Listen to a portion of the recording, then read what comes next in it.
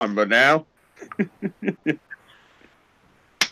Greetings, cyberspace. It is I, Harrison, your favorite cyber bitch here. And tonight's title is Two Freaks in Love, and the other freak is in the doghouse, and he's going to freeze to death.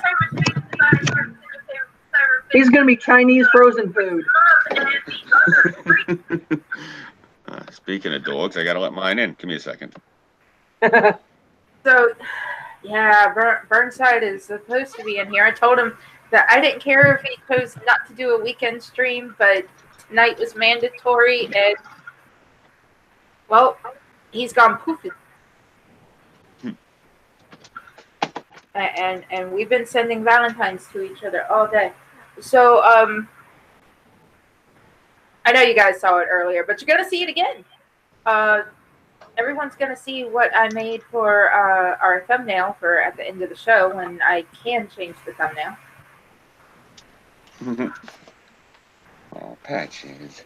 There we go. Very cool. I really do like that. Should I add anything to it or just leave it as is?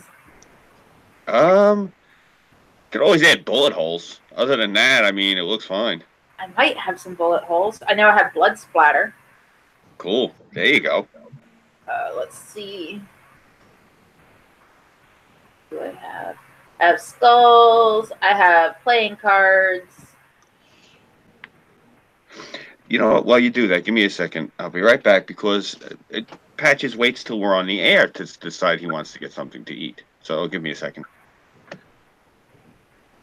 And the dog's over here growling because he sees probably a raccoon or something outside. Give me a second. I'm going to go see what he's fucking growling at. What are you growling at? Huh? What are you growling at? Nothing. Nothing. Huh? There's nothing out there. Nothing. No. There's nothing. There's nothing. There's nothing out there. Nothing. Nothing. Come here. Come here. Come here. Get off my foot. Come here. Quit beating me with your tail.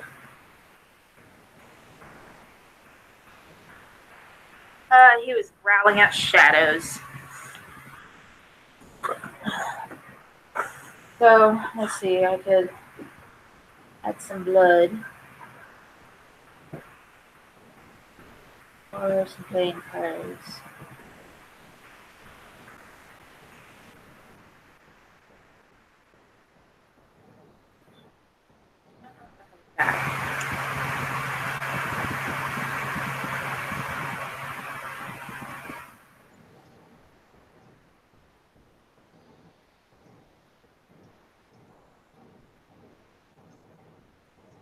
Oh wow, that's really good.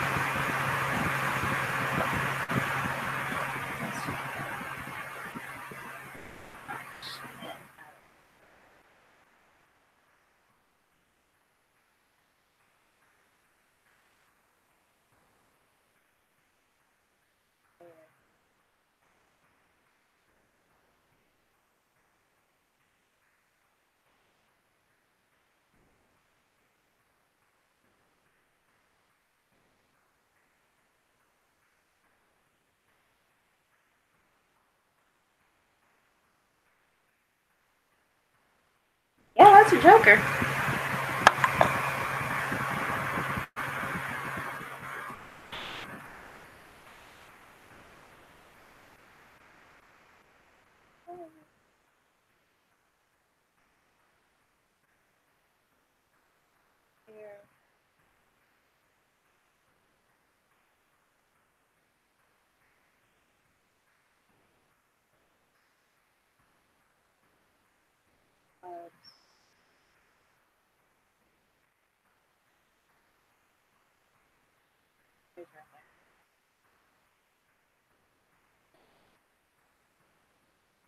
Anyone still here?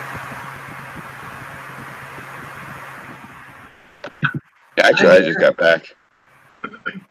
I had to feed him. He's a pain in the ass like that.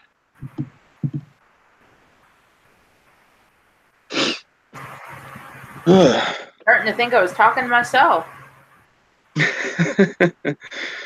No, I had to run off and feed the damn dog because. So I'm guessing that's not normal. I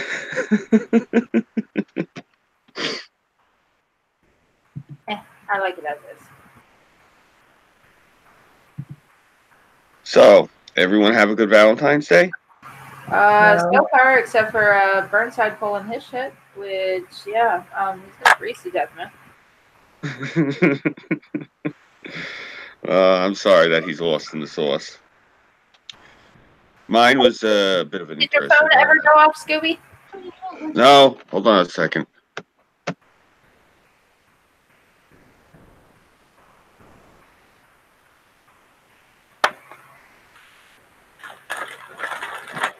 No, it didn't. It didn't go off. At least as far as I know, I was away from the thing, so it might have done that. I didn't hear it. All right. No, I mute when I walk away from the keyboard, so because this house is very noisy, as you can hear. Damn it! I wanted to hear it. Sorry. Well, don't worry. I'm sure the thing will go off again in the middle of the night and scare the shit out of me while I'm asleep. So. There we go.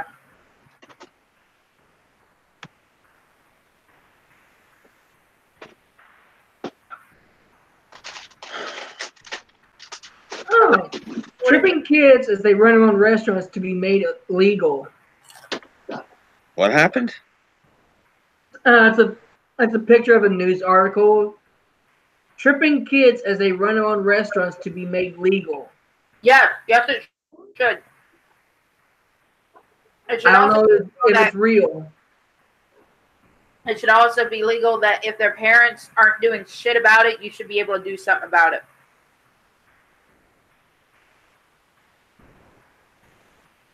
As long as it's within reason. So it's illegal to trip them, or it's legal to trip them? It's illegal to. Oh. Well, I honestly, look, I'm no white knight, but I think if I seen like a 2-year-old running, you know, screaming, having a good time with a smile on their face, and then a grown man tripped them, yeah, I think that law actually protects the grown man from people like me beating the shit out of him. So, you know. Well, here's the thing.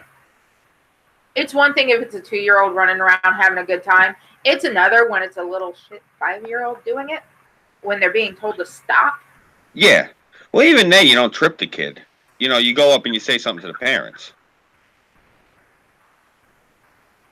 You know, if I've ever had the urge or the inkling to do something to a child, I usually look for the adult that child is tethered to.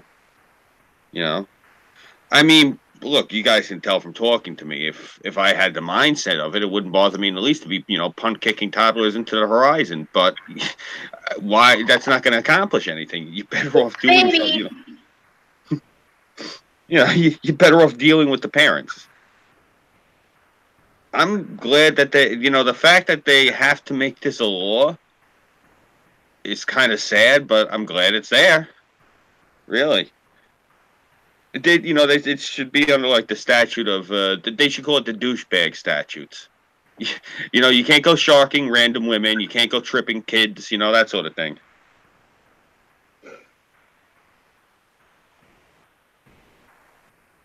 Yeah, that's another thing. You see this thing? They do it over on the West Coast. 2 guys with a camera.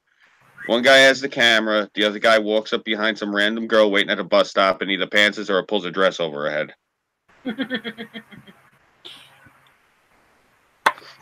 I don't know. That bothers me. You know?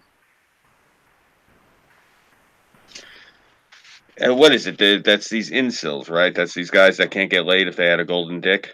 And so they go out and celibate, yeah. Huh? Involuntary celibate. Yeah, those people. Yeah. And no, they go out and they do that to these poor girls.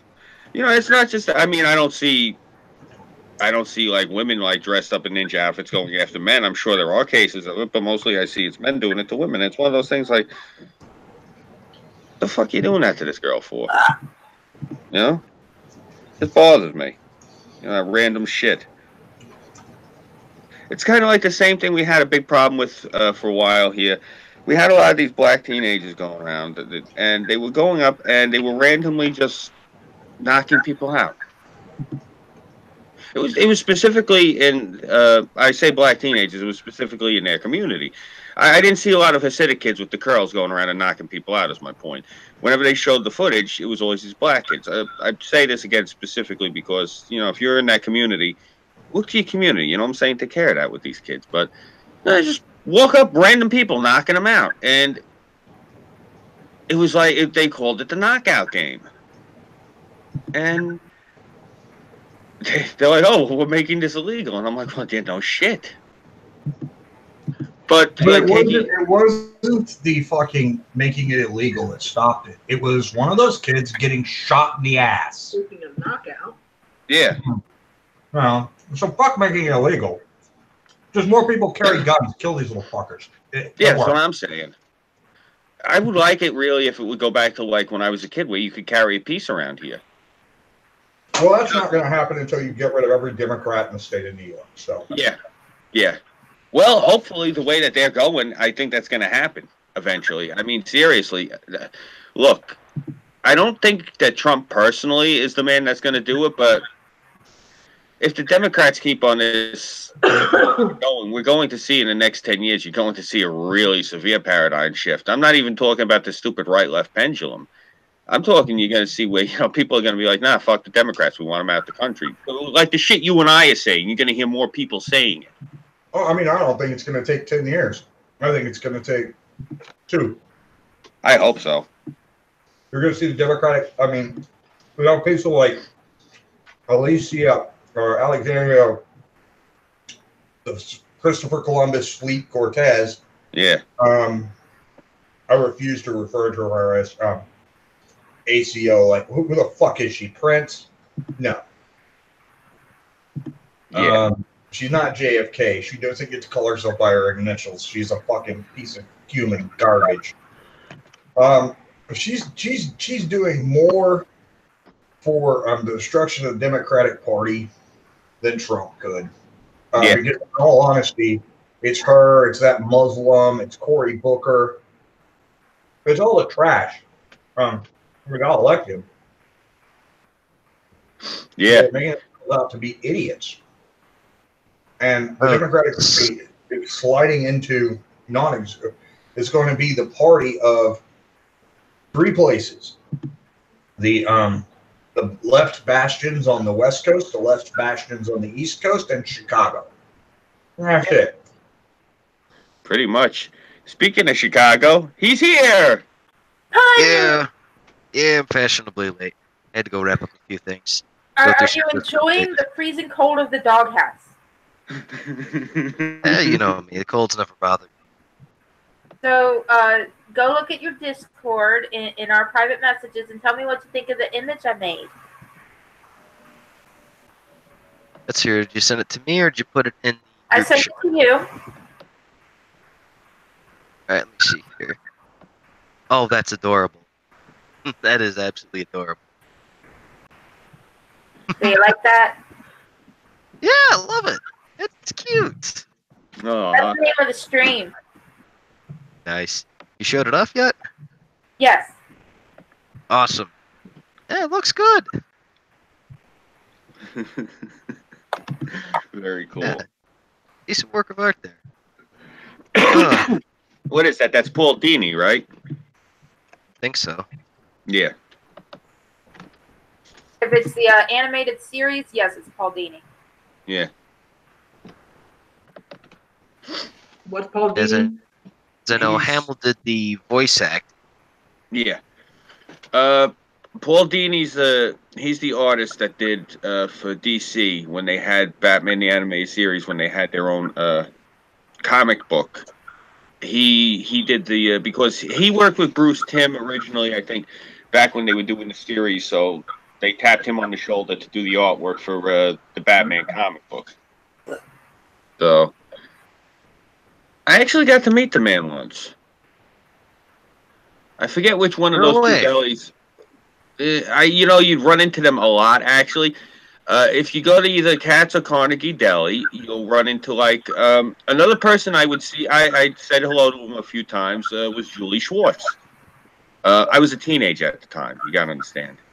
And say I never got the pleasure. Believe it or not, I started going to those two delis specifically to try to run into Denny O'Neil. Because Denny O'Neil, if anyone, if you know anything about the industry and you talk to people, he's got a thing for delis. He's, I think, if I remember correctly, he's famous for pastrami on rye.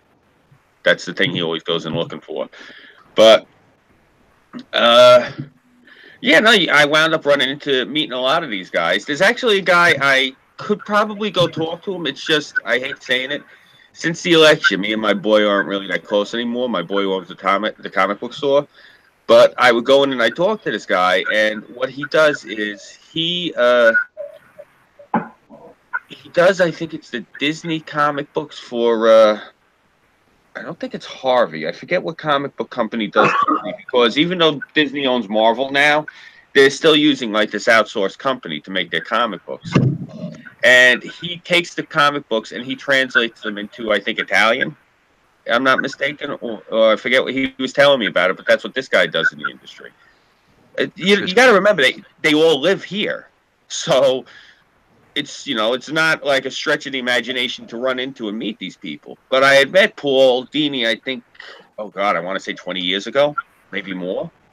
Nice guy. I was a little floored when I met him. I was like, oh, wow, cool. I don't usually get starstruck, but, I'm a writer, and you run into people in the industry who write and who are artists, it's one of those things, oh, wow, cool. I read and admire your work. Celebrities usually, when you tend to meet celebrities, they can usually be assholes. A lot of them are nice, but it's a whole different thing when you talk to people in the comic book industry. Very down to earth. Yeah. Very interesting. It's actually pretty neat. You're able to meet a writer in that. And well, you go to comic book stores, and if you're in Midtown Manhattan and you go into these delis, I mean, I see celebrities in these places constantly. We were going when we were over by McSorley's. I was with my wife's family because my wife's little sister. They did the halftime show for the Knicks because my wife's little sister at the time, she was in dance class, and her class went to perform for the halftime show. So before the Knicks went on, I think it was Knicks-Hawks was the game. Not that matters, but we went because my wife's father wanted to go down to McSorley's Ale House. It's the oldest bar in America.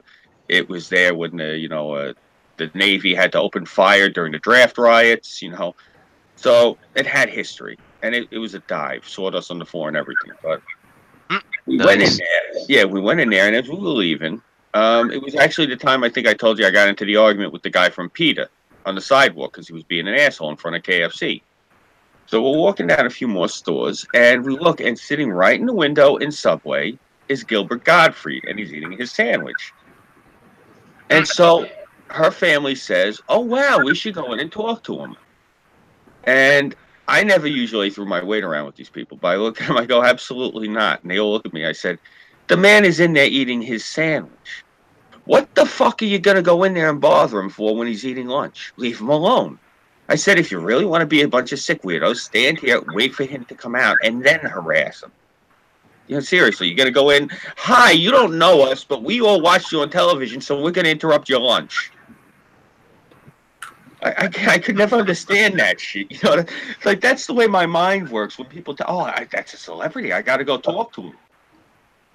Like, that's why I never wanted to be famous. Who the fuck wants like randos just to come up to, hi, you don't know me, but I know all about you.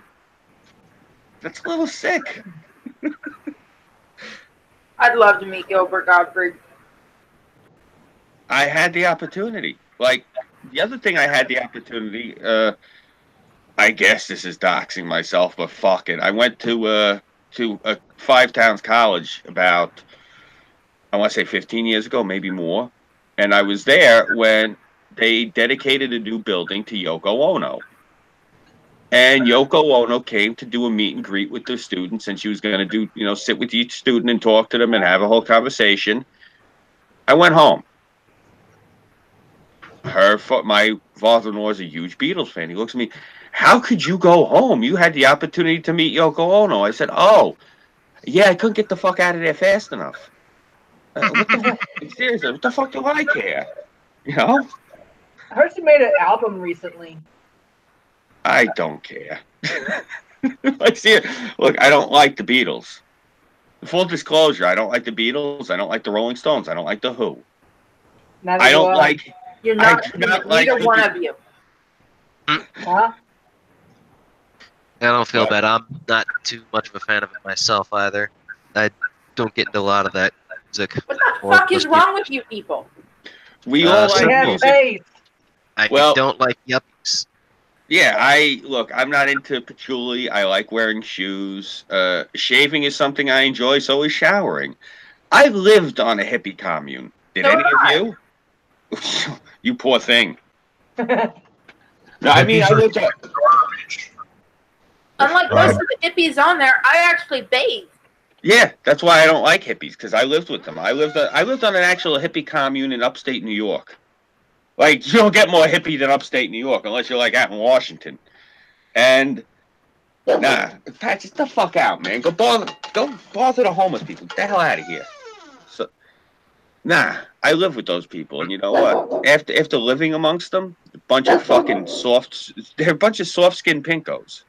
Seriously, they're all commies. And I can't stand their music. You know, I like, the thing of it was, people were complaining about the drafts during Vietnam, and people were complaining about, oh well, we're a conscription army, this, that, and the third. I would really love them to bring it back now with these fucking SJWs and just really bootstrap these little bastards into service. But you know what the problem is? We have professional soldiers, and we can't put their lives at risk having to babysit these fucking mongoloids. But look, I'm sorry. If you got a population that's completely fucking useless, and you get into a skirmish with another country, the Japanese had the right idea. You send the shitbirds in first. They're the bullet stoppers. Mm-hmm. I'm sorry. Like, you know, what did you say, Kelt? I'm sorry? Cannon fodder? Yeah, exactly.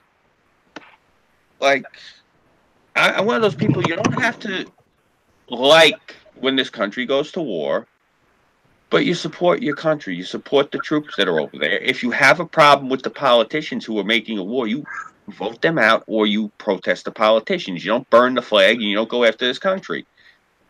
And, well, I'm sorry, you know, look, the draft, to be fair, there was a lot of people that, you know, had careers going on that shouldn't have been drafted. I look at it this way. You're going to draft somebody? Draft the fucking bums. What do you do for a living? I sit at home and I collect magic cards. Okay, son, you're going overseas. What do you do for a living? Oh, I go to school and work 2 jobs. I'm trying to be a cardiologist. Okay, you're staying in school. You do it like that.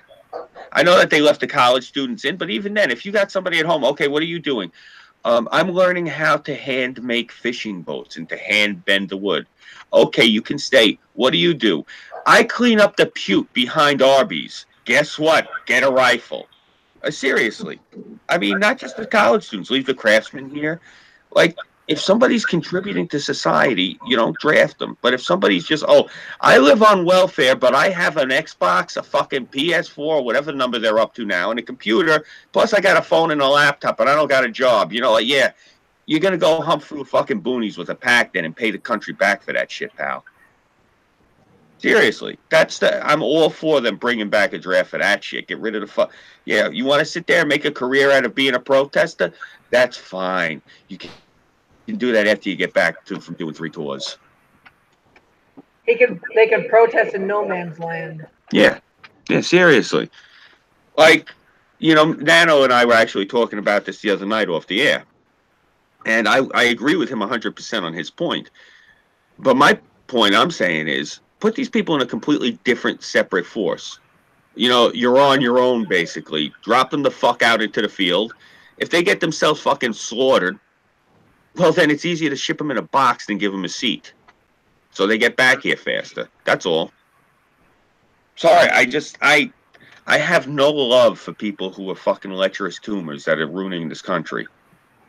And when I hear any of that fucking hippie music, when I hear the fucking Beatles, when I hear the fucking Doors, when I hear fucking The Who or the Rolling Stones, all I hear is people with no shoes, that their feet are blackened from filth from walking around shoeless, that smell of patchouli, got big ass scraggly beards with some hamsters and shit living in it, and they got no job. That's what I think of when I hear that music. Sorry, that's just me. That's all good. I'm not too off on myself. Like, when I was in school, for a short period of time, I did try and hack it out over at a Catholic school.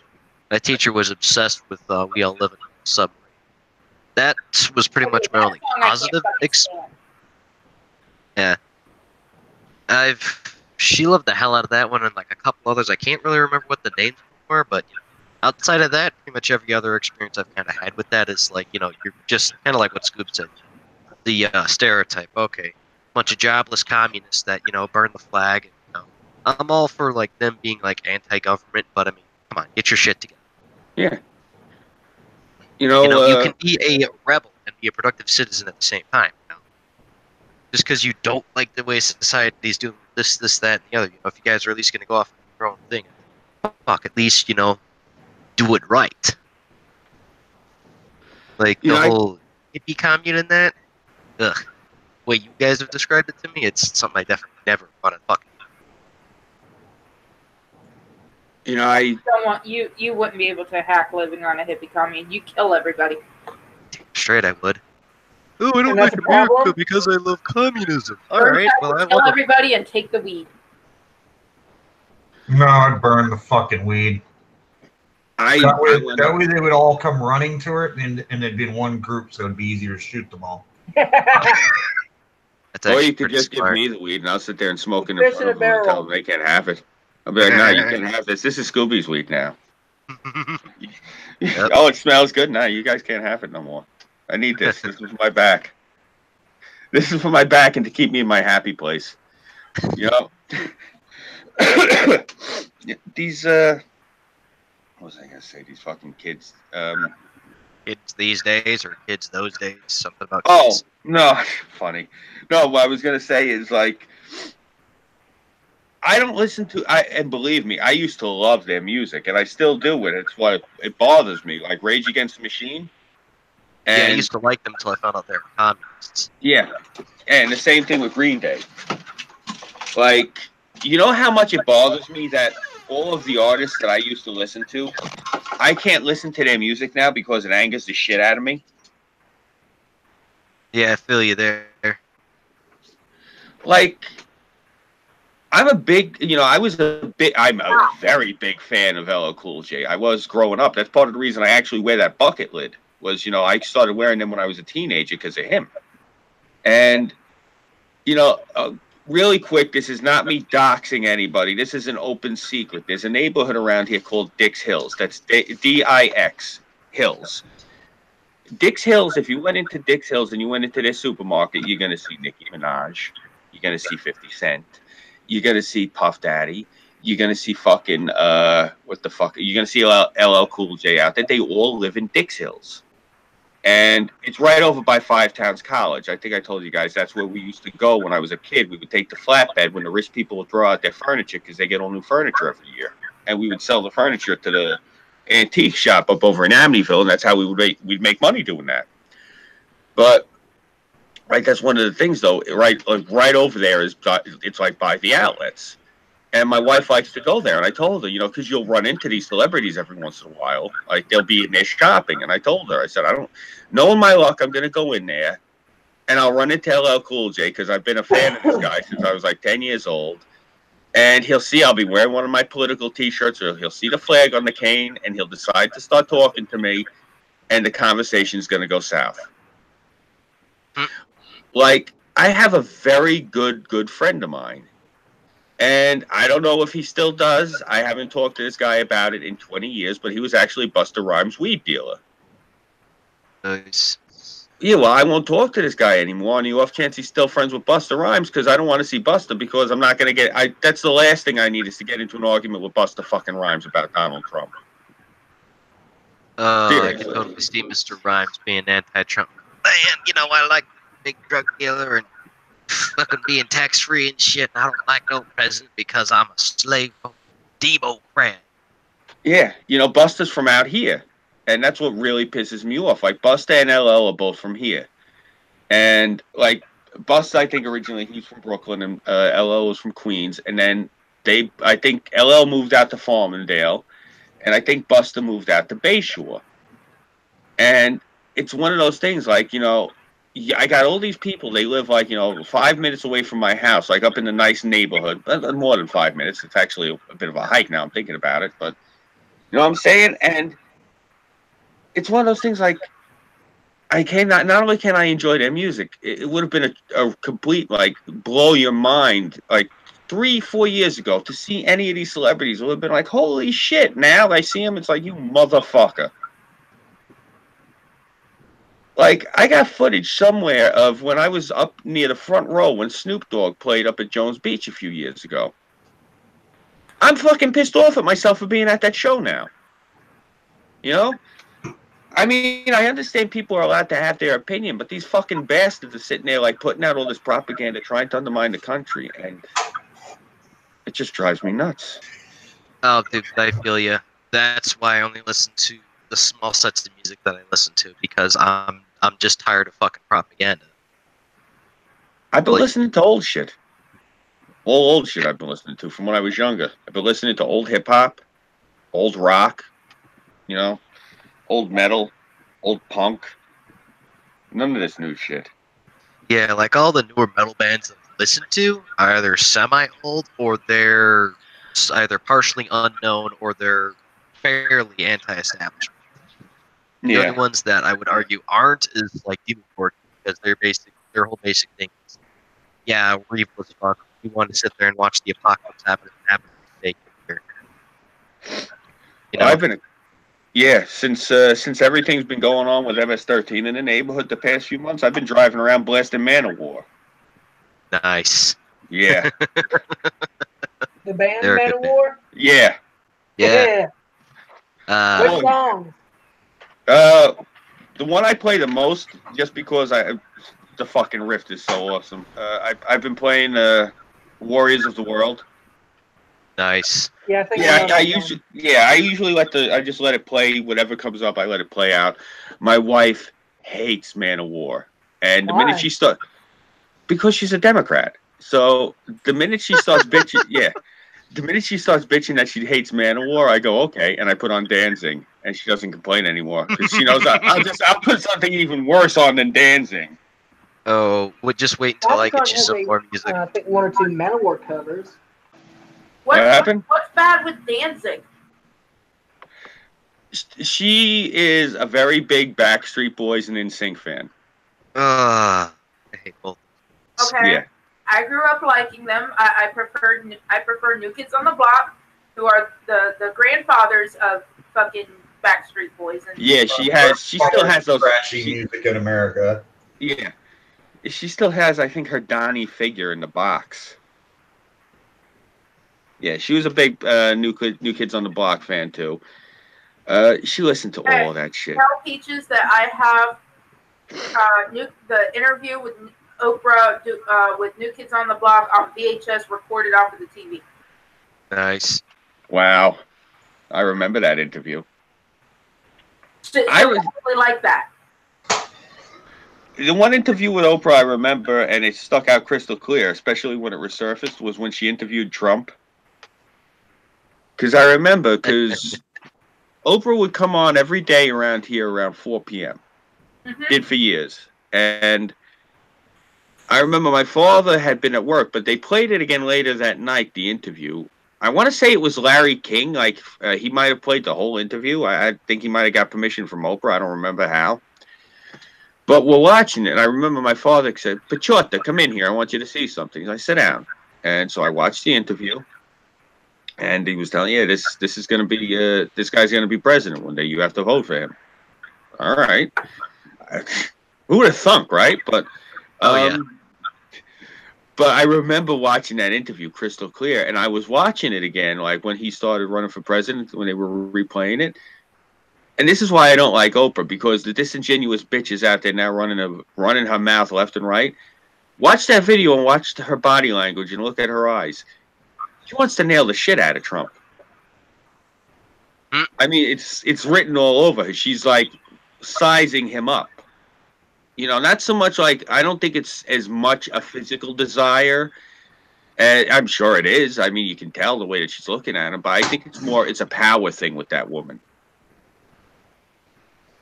And that's why I don't like Oprah, because you can see it in it. I mean, she's literally looking at him like a steak. But I don't think, like, you know, like I said, I don't think it was just that she wanted to nail the man. I think she wanted, like, Oprah's hungry. That's the best. I mean, anyone can tell you, Oprah's hungry. You know, she's got a thing for power. You know, she always has, man. Yeah. And, you know, I say this, and people will say to me it's sexist, and I say, I don't fucking care. Her and Hillary Clinton scared the shit out of me when I was younger, and specifically because they're powerful women. And, you know, feminists would say to me, oh, so you're afraid of a powerful woman? And my response would be, you bet your ass I'm afraid of a powerful woman. Seriously, I got 5 older sisters. I know what you're capable of. I honestly, there are men out there that are capable of evil. There is no doubt about that. We're not as in touch with our emotions on the same level as a woman. I mean, you saw the evil that Hillary Clinton is capable of. My God, I mean, Christ, that woman is evil. That's, you know, and people, they try to say, oh, well, you're just trying to downplay, you know, you're trying to say that about her because she's a woman. No, I'm saying that because she's the fucking devil. I don't care what her sex is. You know, it's one of those things. And I specifically am very nervous when it comes to people like them and people like Christian Gillibrand. I honestly think women are much more capable of evil than men are, per capita. Like, it's just, I'm sorry, Terry, you guys got that gene. I'm fine with it. Dude, yeah. You heard the shit I talk about. Yeah. Like, I mean, I'm not going to lie. There are times where, you know, I channel some dark shit myself, but, you know, I've had to go through a lot of stuff to get to that level. I mean, if you watch my Senator Gillibrand, there's like, she's got this like palpable aura of darkness around her. You can even see it on camera when you just look at this woman. Like, you can tell she walks into the room and the temperature drops about 5-10 degrees. You know, she emanates it. And again, I hate that people try to say that to me, that, you know, you're sexist. It's like, no, I mean, I would say, like, granted, I think that she's a different type of evil, like Ann Coulter. I mean, let's face it. If Ann Coulter would have been president, America would probably be an empire at this point. Like, did you guys see? I think it was 2 years ago when Trump first got elected, or 3 years ago now at this point, when they had this professor. He was, I think, Japanese American out in California, and he said if Ann Coulter was president when the Twin Towers got hit, the crisis in the Middle East would have lasted 20 minutes because she would have dropped like 36 nuclear bombs on the Middle East, or something of that nature. Like, it was the tweet. I might be, you know, like getting the numbers mixed up, but some absurd number. I agree with this man on a lot of that. I honestly think Ann Coulter, if she was president, the Middle East would be a parking lot right now. Seriously, I think that woman would have leveled everything. An expansion for Disney. After about 70 years, when the radiation finally gets to say things. In some areas. This is literally, like, this is what I'm trying. Real life Fallout theme park. Like, this is something I'm trying. World. Now, you got to think about this. Out of any person living in America, living in politics right now, the only person that anyone could agree 100% like that would push the button is a 6'4" blonde woman. Think about that. Yeah. Like, you got to wrap your head around that. I mean, if you look at her when she's in interviews, you can tell she'd do it. She would Fraulein, genocidal supergalactic. Yeah, she would nuke a foreign power if she could find cause for it. Oh yeah. Oh fucking yeah. The missiles would be flying. Oh, and I'm sure the radical left wing, the whole rest of the Democrats, and just sit there and go, she's a strong woman. It's perfectly okay for her to commit thermonuclear genocide. Yeah. You know? Oh God! Any People naysayers are there? fucking overestimating thermonuclear war. The actual blast radiuses aren't as catastrophic as hell Hollywood makes them out to be. Yeah, that's exactly why I used it, because you're right. Yeah, most people don't understand it. And they just go, "Ooh, thermonuclear, big words mean big explosion, and so many dead Also, bodies." 70 years, try maybe 5. I mean, bombs are better than they were in World War II, dude. Yeah. So if we dropped like 2 to 4 megatons, it'd only take a couple of years. Yeah, basically, they're using. Interesting. It's okay. A lot of this thing is everybody overestimates it because they're like, "Oh no, I want to make it sound horrible because it's nuclear war." Nah, it's not that bad. Okay. Yeah, I saw a video saying that like these more powerful bombs, the fallout wouldn't last as long because like a lot of the fallout will get sent outside the atmosphere. Yeah. And, like certain bombs, they have designed them to have that lasting residual radiation to be spiteful. Like a specific bomb, there's actually 3 of them that they made that I think we are aware of. The Tsar Bomba that the Russians made. The only reason I know so much about the thing is because they made it specifically to drop on Manhattan. So, It's a lot of the shit that they say about it is absolute garbage. Yes, big yield, but big yield is not effective because terrain limits fallout. Yeah. yeah, but the lots problem is, more smaller bombs are better than a single big one. Yeah, like the bomb used on Nagasaki was more powerful than Hiroshima, but because of the terrain, it didn't do as much damage as Hiroshima. yeah. Well, this is the reason I'm concerned about the Tsar Bomba is because look at the topography here. It's like a pizza pan. It's flat. There is nothing until you get into the continental U.S. Like once you get past Manhattan and you get past the Bronx, that's when you got mountains and shit in my state. Then when you turn and you go a little bit like south, you got mountains in Jersey and shit.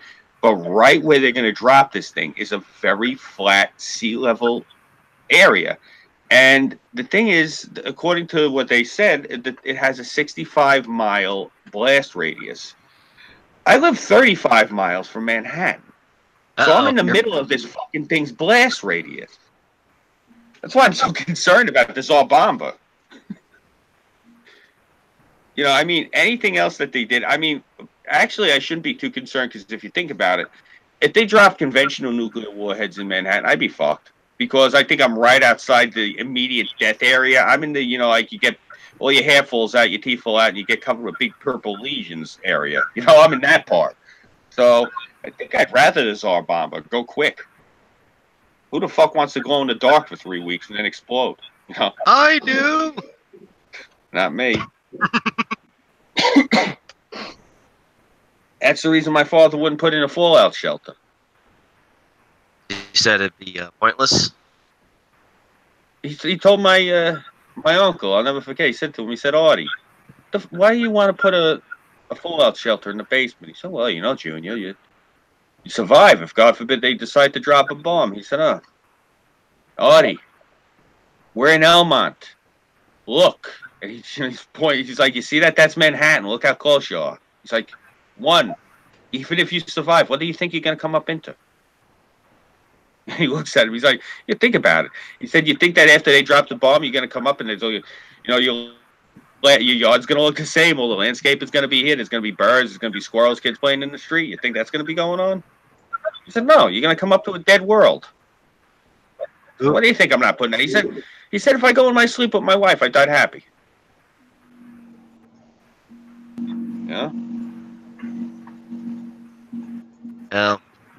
I've always took an interest in nukes and shit like that. It's always fascinated me with that, and I did find it funny just how people are just incredibly terrified about that. When I first started getting into politics, on pretty much everyone's argument, as ridiculous as this is going to sound, is the reason why your politics won't work, kid, is because you can always be glassed. And I'm like, Anybody can nuke anybody. What's the point? Well, Well, there's only certain countries that can nuke people. yeah. America, China, Russia, the UK, France, India, Pakistan, but they can only really nuke each other. North Korea has a nuke, but they're not able to deploy it successfully. Israel has a bunch of nukes because, well, we gave them 4, and they sent them to South Africa, reverse engineered them, built them, and then when the worthless sacks of fucking black shit took back over South Africa, the white scientists and the nuclear missiles or nuclear ordnance ended up back in fucking Israel because South Africa had the actual plutonium to make the nuclear weapons, and Israel had the fucking know-how. I see.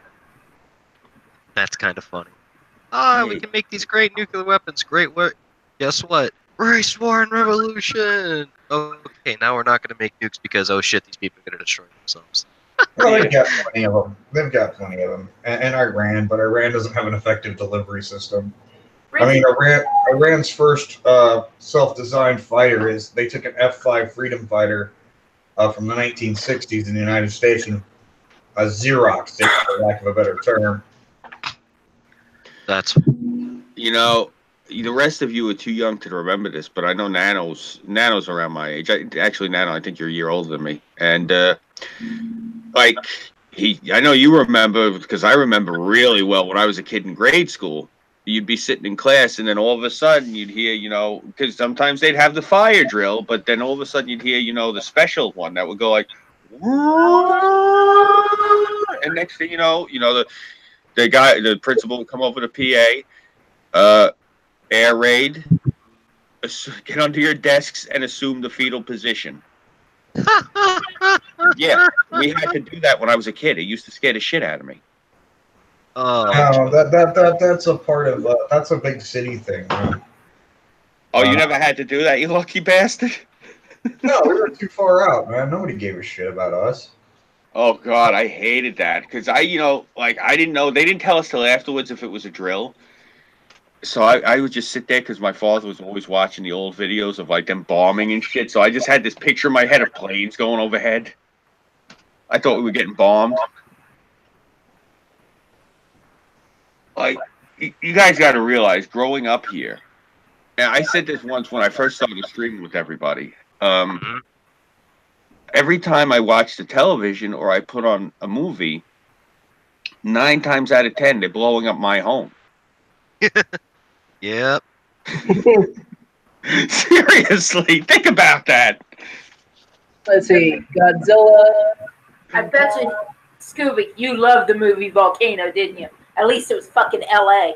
Yeah, seriously. I did like that. I liked that one. And what other movie was there? It was another disaster movie. I was thrilled it didn't happen here. I can't think of it off the top of my head. Oh, there's the movie San Andreas with Rock. Dante's Peak. Yeah, well, yeah, that's Dante's Peak, that's Europe. Now, I'm just saying anything that happens in America, they always make it where it happens to New York. And part of the reason I said it was for logistics because New York's an island. Well, it's not part of, the regular continental U.S. proper. They could basically just say, oh, well, fuck it. Seriously, it's not like it affects anybody. I mean, if it would have happened in Cleveland, well, okay, that's dead smack in the middle of the country, so, people would have to deal with it. But New York, fuck it, we just won't go there today. It's literally like the side view mirror on your car. If it gets knocked off, you grumble because you can't see, but oh well. Richard Arts in the chat, he says, Tara, Scooby, you still haven't sent me character drafts. Oh, yeah, because I was talking to Rich about something. It was a character design I had in my head. Actually, Rich, since you're here and you're listening, I've been trying to get a hold of Tyro. He's been all over the map. I actually have to talk to Tyro about that, the idea that I had that I wanted to send you the idea for. Because actually the character that I was working on, the one I wanted your help with, she's actually of Chinese origin. I know jack shit dick about Chinese culture and history. I've looked into it, but it's so massive. Like, you literally have to, like, devote a good month just to get through some of the shit. So I wanted to cheat and use Tyro because everyone knows Tyro's half Chinese. So, and he's very, very versed in the lore. So I just got to get a hold of Tyro and talk to him, Rich. And then after I, rap with Tyro for a few minutes and find out what's what, I'm definitely going to hit you up with that. Excellent. Progress being made. Six, Now- what's happening, brother? Now the party Hey. can start. Exactly. What's up? How you been? I'm cooking me a pizza. Oh my Nice. god, it's not chicken? It's not chicken. Does it have chicken on it as a topping? No, it has pepperoni. Can't believe it's not chicken. Can't believe it's not chicken. What's pepperoni Yes, made not from? chicken. Holy shit. It's like a big tub of spread that says I can't believe it's not chicken. Hey, what's pepperoni made from anyway? What's that? What's pepperoni made from? It's pork and spices for the most part. Oh, okay. It depends, actually. If you go into certain parts of Brooklyn a few years ago, the pepperoni might have had other ingredients in it. Like dead bodies. Yeah, Squeak, there's some squeak. pigs, some chicken, some Russians. Squeak. Nice. That's the thing I love about your series, man, is you guys have all sorts of depraved stories and shit like that about your food. Basically, you could never, ever, in the city of Chicago, get away with shit like that unless you're, like, all the way in the fucking hood. Because literally no one in the city, unless they're in, like, a real shithole area, buys shitty food. And, like, pretty much everyone's got a 1-800 health inspector. And Oh, it wasn't shitty food. From what I had heard back in the day. Now, you gotta remember, I was a child when any of this had possibly been going on. I'm talking like a child, like on the floor playing with Matchbox cars. Right. And more likely than not, anyone who had done this shit is probably most likely dead, but from what I understand, back in the day, one of the things they would do is if somebody, for whatever reason, XYZ, they had to get rid of, they would grind them up and put them in the sausages. Now, this is the thing, Burnside. It doesn't matter what you think of how reputable it was. These sausages were going to, like, the Ritz-Carlton, other 5-star places. They were sending them to everywhere. You see, where they weren't winding up was in the Italian neighborhoods.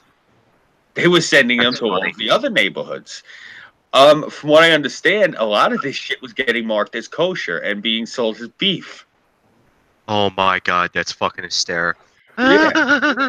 Now, again, like I said, it's not like anyone sat me down and said, Scoob, here's the deal. I'm going to give you names. It wasn't anything like that. This is like, local scuttlebutt you'd hear, and it's one of those things. As a child, I had hungry ears and I would devour things that I heard. And one of the things I'd always heard was inklings of this, and I asked a few older people as I got older and was a little bit more articulate, and I was told most likely what you were hearing was somebody got taken care of. And, okay, that's what that was. All right, So- that's kind of sinister.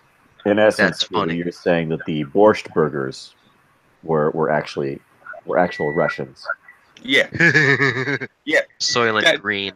That's funny. yeah. This is Soylent back, Green guys. is Russian. You guys got to remember, this is back when we had the war going on. For those of you who don't remember, like with John Gotti, when he clipped Big Paul Castellano, may he rest in peace. Yeah, when we had the wars going on in the 80s around here, that's when that shit was going on. That was like the last hurrah before, like, you guys don't realize, like, you'll hear the FBI and you hear a lot of these other folks that they'll go on and on about, oh, well, Italian-American organized crime is gone and the mafia's gone. No, look. They became CEOs. Exactly. They went legit. They went blue collar. There's more money. A lot of them, they went white collar and they went blue collar. Like a lot of white collar guys, they really went with it really is like that Don Corleone shit where they got, they're up in boardrooms. But a lot of these wise guys now, it's like they retired. They're actually, how Tony Soprano was supposed to be like running a waste management place, but he was never there. A lot of these guys actually punch the clock now. The old ways, it really, There's still a lot of these young guys who are out there trying to make a name for themselves, but it's not like it used to be. You know, I mean, look, let's be completely honest here. Once the Berlin Wall fell and, you know, communism ended in Russia, the Russians came in here in fucking force. And they don't have the same compunctions that the Italians or the Sicilians had. Everyone said that my father's people were ruthless. You guys got no idea what these Russians do. Do you know what these Russians will do? Okay, check this out. Oh, this is gonna get good. You're sitting there eating dinner with your family, right? You guys are all sitting at family dinner eating. You've had dealings with the Russians. Next thing you know, you're sitting at the table. They are in your house, you see. It'll be probably, let's say, 5 of them. One will be doing the talking. You try to bullshit them because you got your family there and they're scared. You got, let's say, 4 kids. The Russian says something to one of the associates. The associate takes out a pistol, shoots your daughter through the fucking head right between the eyes. Now you got 3 kids. That's how those Russians roll. You don't fuck with the Russians. Like I've said that before, and I know Nano doesn't like when I talk about this because gangsters and organized crime. But bro, there's a fucking army of them over in Brooklyn, man. That's the whole thing. I mean, yeah, I don't give a flying fuck what you are, Russian, Japanese, Chinese, Jamaican, fucking African. I don't care if you're one of those fucking 8-foot, you know, Africans like fucking Dinky Mutombo that we had on the Knicks. You know, get a stepladder and kick your ass. You ever seen that? Did you ever see that really? I don't know. I heard it wasn't very good, but the Gotti movie with Travolta. Oh, I didn't bother watching that. I've heard it's pretty bad. I won't watch anything with that clown in it. Yeah. Every time that I see that guy, I can't help but have that image in my head. Mr. Carter, Mr. Carter. Yeah. Fucking it will always be, yeah, he'll always be a sweat hog to me. Yeah. You know, the problem like I had with I don't usually watch movies like that, but if anyone does actually want to watch a movie about John Gotti, I'd recommend the one with Amanda Sante. It's much better done, much better acting. It was Amanda Sante was John Gotti, and they had William Forsythe as Sammy the Bull Gravano. It was Sante is heads and tails a better actor than Travolta will ever be. Oh yeah. You know, and this proves right here that it does not matter if there's that Hollywood bias. These are both Sicilian American actors. One of them pulled it off. The other one drove it into the ground. And ironically, Amanda Sante's the same exact mix as me. His mother is also Irish. I always thought that was so cool. Mr. Carter, Mr. Carter. Mr. Carter. Dun, dun. So, I wanted to ask you, Six, I got a question for you. I know you're going to know this. You're good with this. There was a movie that came out years ago. I mean, years ago, well over 35 years ago.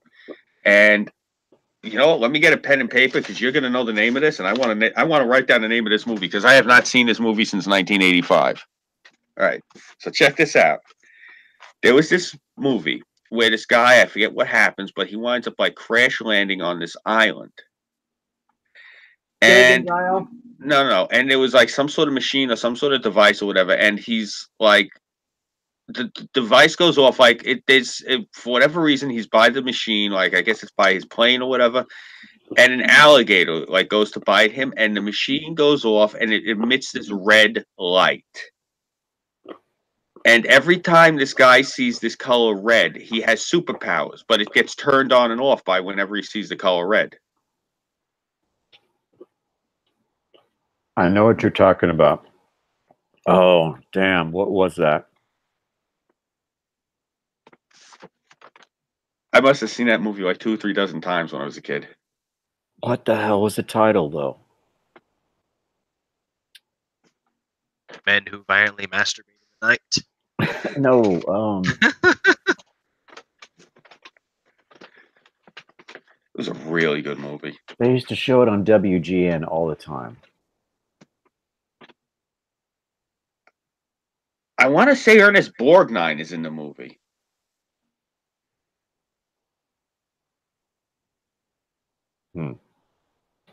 Was he in that movie? I don't remember. For whatever reason, I remember him being in that movie. The movie. I will find this title for you.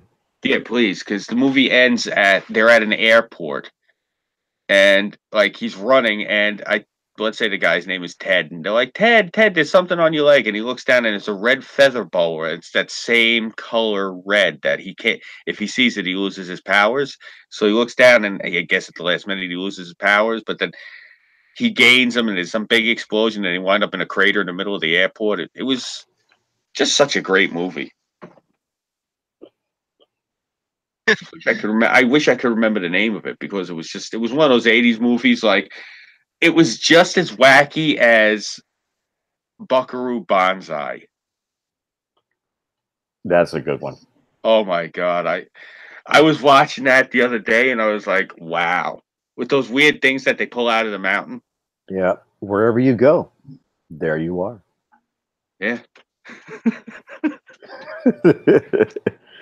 Let's see. Do you guys remember that movie, Buckaroo Banzai? I've heard of it, never seen it though. It's really good. If you're gonna do an 80s day, you need to watch Buckaroo Banzai, Real Genius, and Earth Girls Are Easy all in one clip. Mm-hmm. Nice. Yeah. And Solar Babies.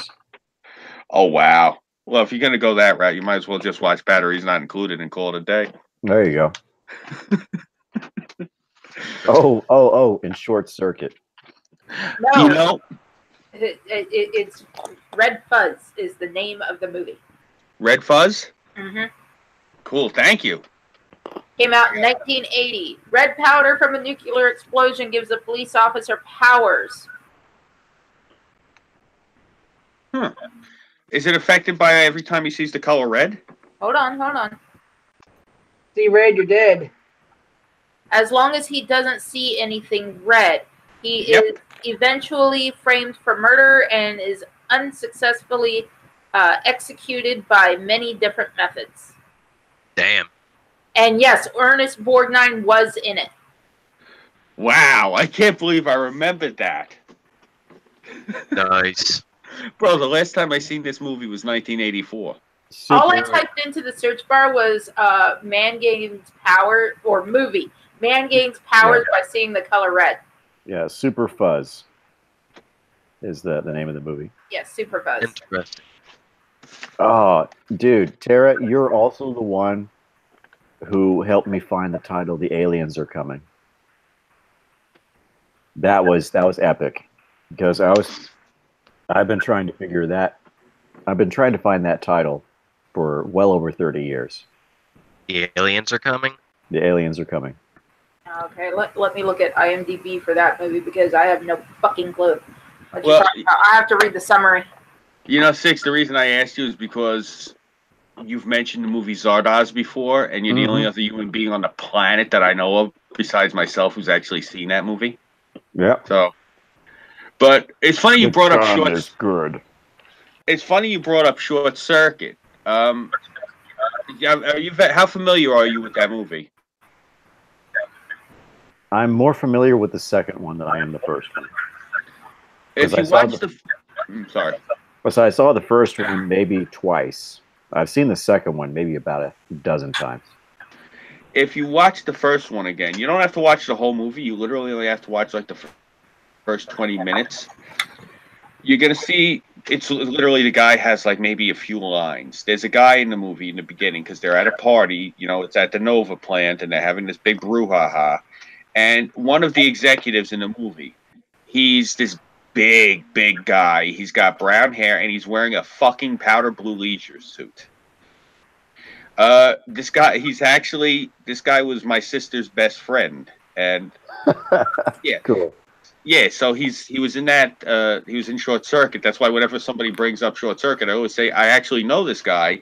I don't think you were on. We did an episode last week, I think it was, where I was showing really quick.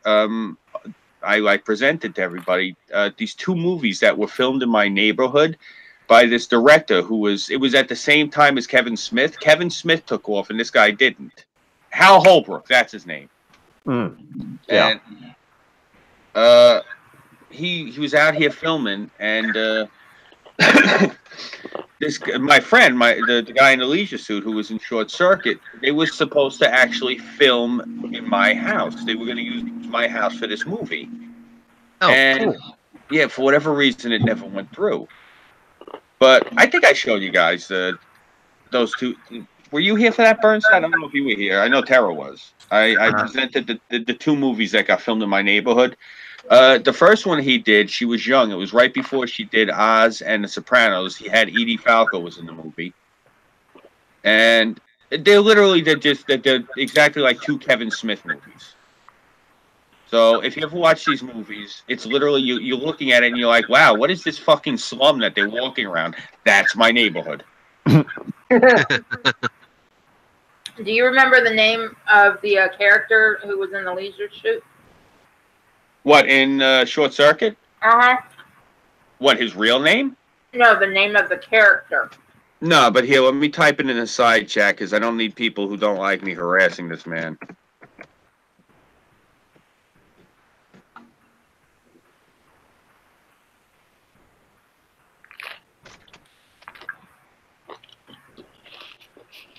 He's actually, you guys know this man too. He was in a commercial. The commercial he was in is more famous than the movie he was in. No way. You've seen this commercial before. It's like a commercial about how, the guy that does the voiceover says we all do dumb things.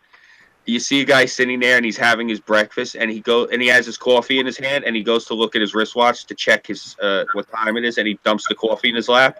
Mm-hmm. That's my boy. Cool. Yeah. Believe it or not, his name is not in the credits. Probably that because sucks. he was an extra, but because he was so big and he had on that ridiculous suit, they put him in the scene. He wound up like he's done a lot. He's like bit parts and everything. He was on a few episodes. He was like on an episode of Seinfeld, I remember. He's billed, if you look in oh God, what was the movie with Michael Douglas and Demi Moore where she sexually harasses him? That would be, what is that called? They go into that virtual reality thing. Yes. Disclosure. Ron. Yeah. Do you remember the guy in the movie? Michael Douglas meets him on the docks. He's like, yeah, you left it on my machine. I'm not going to lie. It sounded really wild. Again, that's my boy. Cool. Nice. Yeah. I'm going to try to see if I could get in touch with him. From what I understand, he's living right now back in the old country. He's doing a lot of stuff over in Europe. That's why I haven't seen him at Thanksgiving the past 2-3 years. But if I see him, he hates the president, but I'm going to try to see if I can get. He's a liberal Democrat, but I'm going to try to get him on anyway because he's an old friend. It's going to be. Yeah. Did you know that I auditioned after a fashion? I guess I went to one of those. I don't know if you could characterize it as a cattle call, but certainly was a one of those kind of situations where a whole bunch of people would go in and they talk to the casting people and so on and so forth and do little mini auditions and stuff. Anyhow, I auditioned for a Goldie Hawn movie. Really? Mm-hmm. What movie? The movie was called Crisscross. I don't know if I remember that one. Douchey little blonde kid got the role. I didn't. Their loss. I want to see. I can't remember the name of the kid though. But the movie was Crisscross with Goldie Hawn. Huh. I'm familiar with her movies. Never heard of any of them. Really? I went to this. It was a Marriott in Corpus Christi. They were having there because they were going to be filming it in Texas, I think. And That's where David I or went to. not. What's that? Douchey little kid's name is David or not. David or not? Yeah. Because the kid's name was Crisscross, right? Yeah. Crisscross was it? But hey, it had Keith Carradine, Yeah, I missed out on meeting. Steve Buscemi. Yeah, Buscemi and Arliss Howard. I missed out on hanging out with those people. So, yeah, Yes, this Son was of a bitch. Steve Buscemi, who Holy tried God, in general. this was like 19. I want to say 1990 or 91 is when this went down. 92. Oh yeah, the movie was released in 92, but the actual casting call was about 2 years earlier. And I was there with like dozens of other kids, taping little interviews and stuff like that, getting headshots and talking to these various people and so on and so forth. So yeah. Anyhow, David Arnott. Okay. Sounds You know, pretty neat, actually. I'm dying to actually try to get in touch with Steve Buscemi. I was talking to my wife about it earlier. I told you about this, Six. When my mother used to work at the bowling alley in Valley Stream years ago, she was older than him, but Steve Buscemi used to come in every night and try to pick her up. Yeah. I want to actually try to get in touch with his publicist and try to see if I can interview him. Like, yo, you tried to pick up my mom a lot back in the day, bro. I want to just literally see how the interview goes starting from that point, because I think it would be a wild interview. It would be nice. I don't think I'll ever be able to pull it off. And That tell would him he just barely missed out. Barely missed out, but he missed out on being in a movie with a buddy of yours, because some kid named David Arnott was cast instead of me. Yeah. Well, to be fair, you probably, if you would have went into that movie, it might have altered your life. I don't know no one knows who the fuck this Arnott person is, so it probably wouldn't have altered it that much, but it probably would have altered enough. You might not be sitting here talking to us right now. So, if anything, Sure. I'm glad that it didn't happen. Silver linings. That's a pretty good one too. Exactly. Ugh. What other work has this guy done? I'm gonna check his IMDb. Yeah, I've never heard of the guy before myself. I couldn't even tell you. Relatively a lot of Hollywood stuff. I really stopped paying attention after I started growing up, because then I went and seen that most of the types of movies that I would like are not being produced, and pretty much everything else was either like a little bit of something I'd like with a massive dose of propaganda, or it was just shut up. mainstream. You see propaganda everywhere. Yeah. That's the problem. Yeah, there's two. Propaganda's fucking everywhere. There's two what? There's two David Arnotts. There's an older guy and there's a younger guy. Hold on. Well, he's from San Diego, so yeah. He's yeah, we would have been in the same grade. He was born October 5th. I'll link you to the correct one. Yeah, I'm looking at his IMDb, and I only see one credit. So he only did one thing. It was a one-hit wonder. Mm-hmm. Damn, such a shame. So IMDb has this list of childhood movies. Guess what the #1 movie is? Goonies. No. I give up. Masters of the Universe. What? Huh? Yep, Masters of the Universe, 1987. Lundgren? Yeah. Never heard of it. He-Man and the Masters of the Universe, but they just Yeah. called it Masters of the Universe for It was a what- canon film. Oh, Yeah. oh, Golden Globus. duly noted. Okay, He-Man. Okay. Yeah, you had that. You had Dolph Lundgren as He-Man, and you had Frank Langella as Skeletor.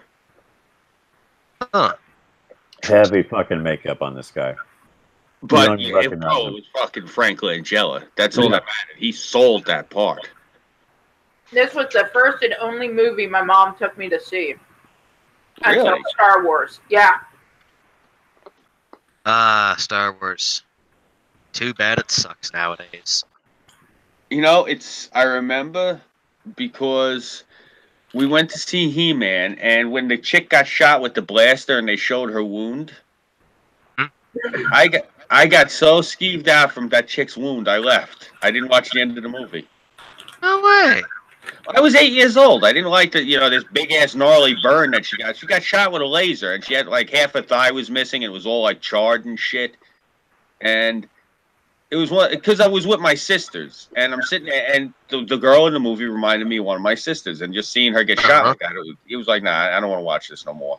And my sisters couldn't figure out why I wanted to leave. I never told them that either. I thought it was pretty cool. Yeah. That's just I heard Kathleen Kennedy was promoted, so she's no longer in the Star Wars picture. What happened? Yeah. Kathleen Kennedy got promoted. Probably the only way they could get her out of Star Wars. Oh. Is she the one that played that Rey character? Or, No, she's the one calling the shots. Yeah. Oh, thank God. All right, She's cool. the One producer, down, right? several more to go. Now maybe the movie will be better. I hope so. Two on the list is Cocoon. Never heard of that one either. Oh, I love it. That was a good one. Wow. And number 3 is Cocoon: The Return. I didn't care much for that one. That shouldn't count. Because that would mean like the entire series. If they got Cocoon in there and it's got a sequel. Number 4, Batteries Not Included. Oh yeah. Oh, yeah. And baby, I come to visit. There is going to be, you might have to call in sick again, because there's going to be a fucking night and day that you're not doing anything but watching old 80s movies. Oh, God, you're going to make me older than I already am. Yes, yes I am. You guys Number are 5, watching. Short Circuit. You guys are watching The Last Starfighter. Oh, Oh, I actually seen that one. That was a great movie. It. they are? Yeah. How could you reboot Oh, God, the they're going Last to fuck that Starfighter? movie up. Simple. You get a quad-gender trans-dimensional brony They lord. rebooted Tron. Yeah, Hey, at least that Tron was a- came out that alright was a- when they rebooted it. No, was a I sequel. didn't watch it. I'm an originals girl. No, the That Tron was- one was it. That was a sequel. It wasn't a reboot. Yeah, I that watched was it. a sequel to the original Tron. Yeah. It's Jeff Bridges in Oh. it. Damn, okay. No, I thought that basically was a No, interesting. no, it was a direct sequel. The entire Alright. soundtrack was done by Daft Punk, and they had a cameo in the movie. Now, I don't Yeah. like the fact that they're getting ready to reboot Howard the Duck. Oh, they're gonna screw Really? that one up too. No. God. Look. Howard the Duck is Marvel Comics. Oh, I hope it's gonna be good. Because I mean, those Deadpool movies were good. Yeah. See, they didn't make Deadpool movies in the 80s. They had a really good 80s Howard the Duck. I heard it's really bad. Okay. Please. That No, movie is awesome. It was actually awesome. You want to know why, baby brother? Because they were told they couldn't do certain things if they wanted to keep the movie to be PG for children to see. They said, fuck it, we're going to do it. Yeah. I'm surprised that movie was very Howard the Duck is an alien duck on Earth, and he's a lecher. Yeah. And Yeah, it and has it Ben has Thompson in it. titties. He's not an alien. He's from an alternate version of Brooklyn. That's He's funny. from an alternate world where everyone is a duck. He's from Duck World. And he lives he's from originally he's from the Lower East Side, and he resides in Flatbush, Brooklyn, in that part of the world.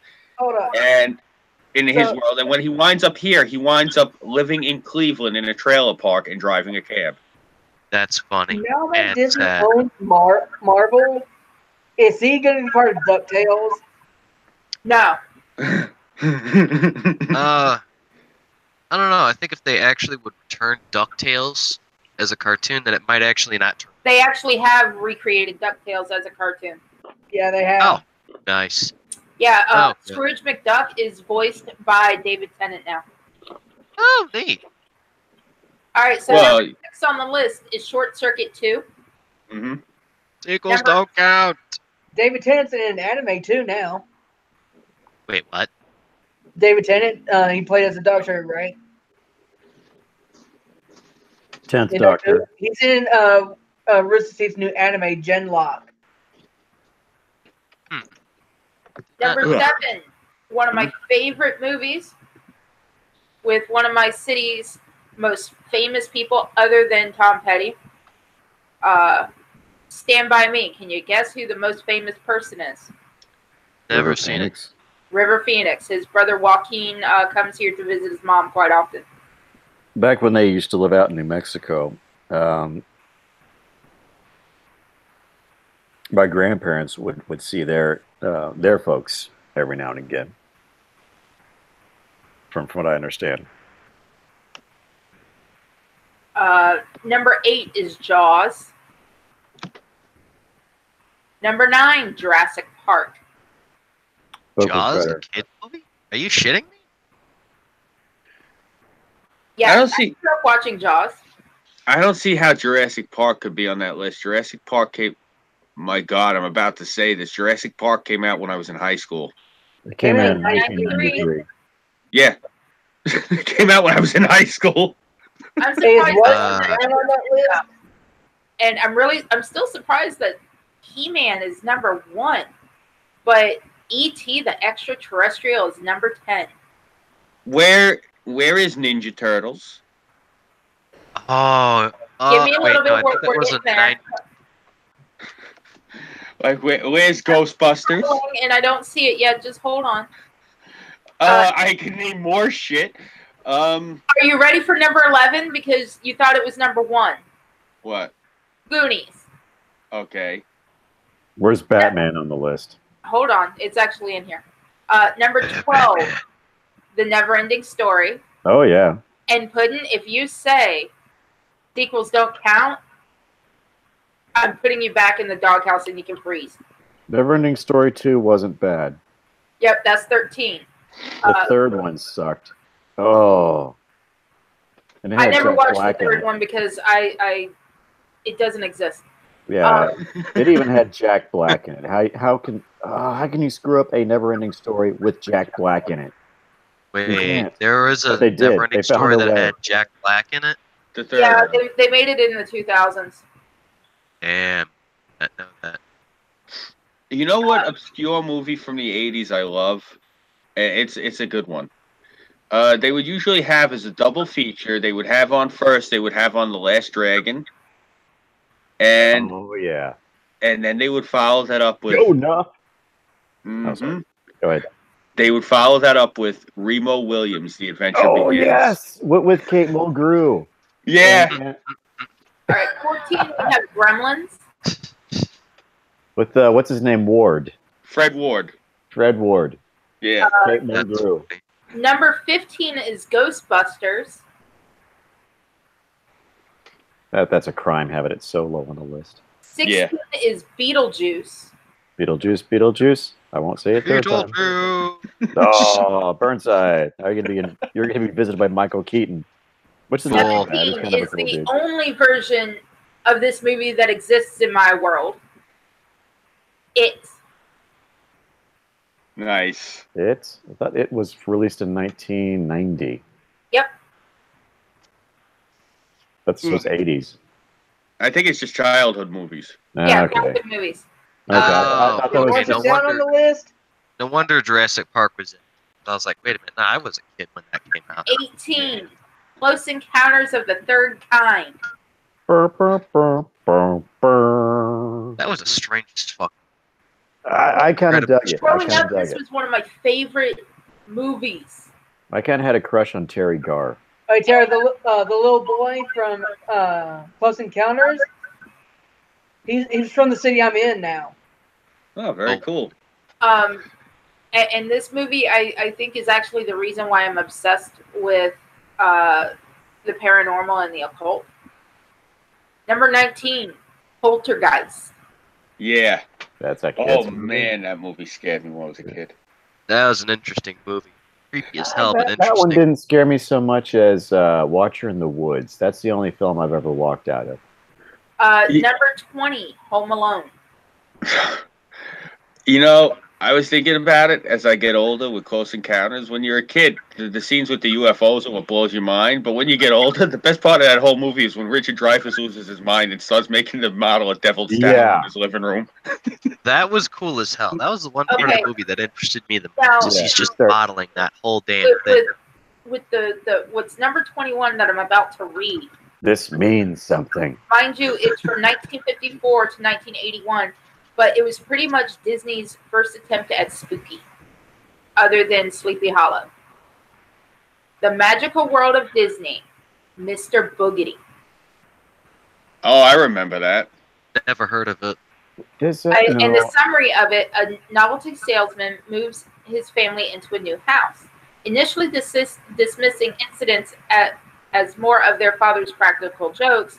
The family soon learns that the house is haunted by people who lived in the house 300 years previously. Cool. Yeah, Nice. Mr. Super Boogedy chocolate. he was a Quaker and he sold his soul to the devil for a cloak that would give him magic powers. I Really? remember watching this, and I want to see it again. I remember it. I watched that, and I watched the sequel. The sequel wasn't as good. The original Mr. Boogedy, it had the mayor of the town. He was also he was a historian. He was also an eccentric lunatic. Was played by John Aston, Gomez Adams. I love Gomez Adams. Yeah, he was in that movie. I forget his name for the life of me. Big Jewish actor. He was the father. When I say big, I mean like the guy looked like a linebacker. He had this big, thick mustache. The one who was he was the practical joke salesman. He played the novelty salesman, yeah. That's actually why I liked the movie. Believe it or not, when I was a kid, that was what my career choice was. I wanted to actually sell whoopee cushions and shit for a living. You're thinking of what's it, Harold Masser or whatever his name is. Yeah, that's it. Thank you. Number 22. He is a tall My guy, Girl. too. Yeah. What's that? Number 22 was My Girl. Never heard of it. Number 23, My Girl 2. Number Dustin 24, O'Brien. Fuck that. Highlander. Yes! Actually, Highlander? further No up way. on the list. There can be only one. Okay, now, as far as me and my daddy were concerned, this movie did not fucking exist. Number 25, Highlander 2, The Quickening. Oh. Yep, did not exist. There's a slightly better version of it. Is there There's a slightly better director's version cut of it? that's... Yeah, there's a director's cut of it that... I've seen the director's cut. it's only in the marked. trilogy. It goes on a wild hijack ride. Like 2 and 3, the guy. 1 and 3, the guy hijacked someone's car, Yeah, and 2 was a train. yeah, the third one is almost like a remake of the first one in a lot of ways. Yeah, Highlander, The Final Dimension. Is that If the you got- animated one? It also had a alternate title, Highlander the Wizard or something like that. Yeah, if you're gonna watch Highlander, you have to watch it in the order you should be watching it in is, from what I understand, it's you watch the first one, then you watch the third one, then you're supposed to watch The Quickening, and you're supposed to disregard the second one. Yeah, Sounds right. and tolerate the made-for-TV fifth Series. one. Well, Yeah, actually, the made-for-TV series was an offshoot because it was such a Duncan popular MacLeod. movie. Yeah, it was Yeah. Duncan MacLeod. Well, what's his name? Who the fuck is that guy? That Italian Adrian actor? Hall. Yeah, that's it. Adrian Paul, very Yeah. very sexy. Oh my god. He There was looks like also a any other cartoon Dago in my series and an neighborhood. anime movie. Seriously, there's a whole bunch of people like that walking around here. They all look like that. No. I Did want you know about the Highlander cartoon series? Yeah, I remember that. What? No way. Quentin MacLeod. I remember. Post-apocalyptic, and there's also an anime movie. I actually remember the one episode. They brought back Ramirez for that one. Yeah. Yeah. I remember the one episode where they were dealing with nuclear war, and they were off in the desert visiting like these people, and the people all had blue skin and pointed ears and webbed fingers. And I remember this because I just thought it was so cool because it was, I guess, the little sister, and it was the king of these blue skinned people. And he's one of those people that loves children. And she's asking him all these, why are you guys blue? Why do you have webbed fingers? Why are your ears pointed? And the guy just keeps chuckling and oh, little one, it is because of the radiation. And I just remember seeing that, and I'm like sitting there looking at the TV like, this is the most bizarre shit I think I've ever fucking seen. And then it took me like a few minutes, then I realized, I'm like, oh my God, this is Highlander. The anime movie was Calling McCloud. Little Nicholas. Little Nicholas, what is that, about Santa Claus? Nicholas has a happy existence, parents who love him, a great group of friends whom he has great fun, and all he wants is that nothing changes. However, one day he overhears, hold on, I gotta click see full summary. I almost thought you said that leads him to believe that his life might change forever. His mother is pregnant. He panics and envisions the worst. Oh, I remember hearing that. I think I remember that movie. It's a French film. For a second there, I thought you said Little Nicky, and I was going to say, okay. No, the actual name is La Petite Nicolas. There was, I remember, God, I can't believe I remember some of these obscure movies. I think I talked to you about this one, Six, where it's the kid, bless you, the kid goes he goes up into like this house, and there's something in there that scares him, and all of his hair falls out. Peanut Butter Surprise. Yeah. That's it. Peanut Butter Surprise. There was that one, and there was another movie that they would play on Disney all the time. It was around that same era. And this is why I don't like the Disney Channel anymore, because they used to have some wild shit when I was a kid. It's not on there. But it was some movie where people had this... It was not that they had a magical ability, but if you knew how to do it, you could travel through stamps. Like the stamps on a postcard, they could actually like travel inside those stamps. Like, I don't know how they did. Like, they would climb into one stamp and then climb out of that same stamp on another postcard somewhere else. Don't think I forget how it works. Yeah.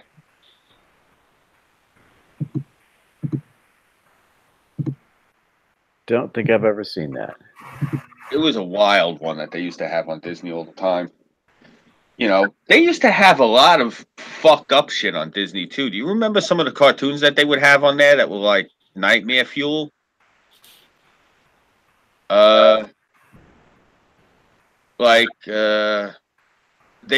actually how I got into anime, was they used to show this anime on Disney back in the 80s.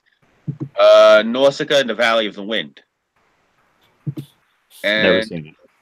The end of the movie is these gigantic pill bugs about the size of buses all show up pissed off for some reason, and their eyes are glowing blood red. And then all of a sudden they have this Nausicaa chick. She's all fucked up and hurt.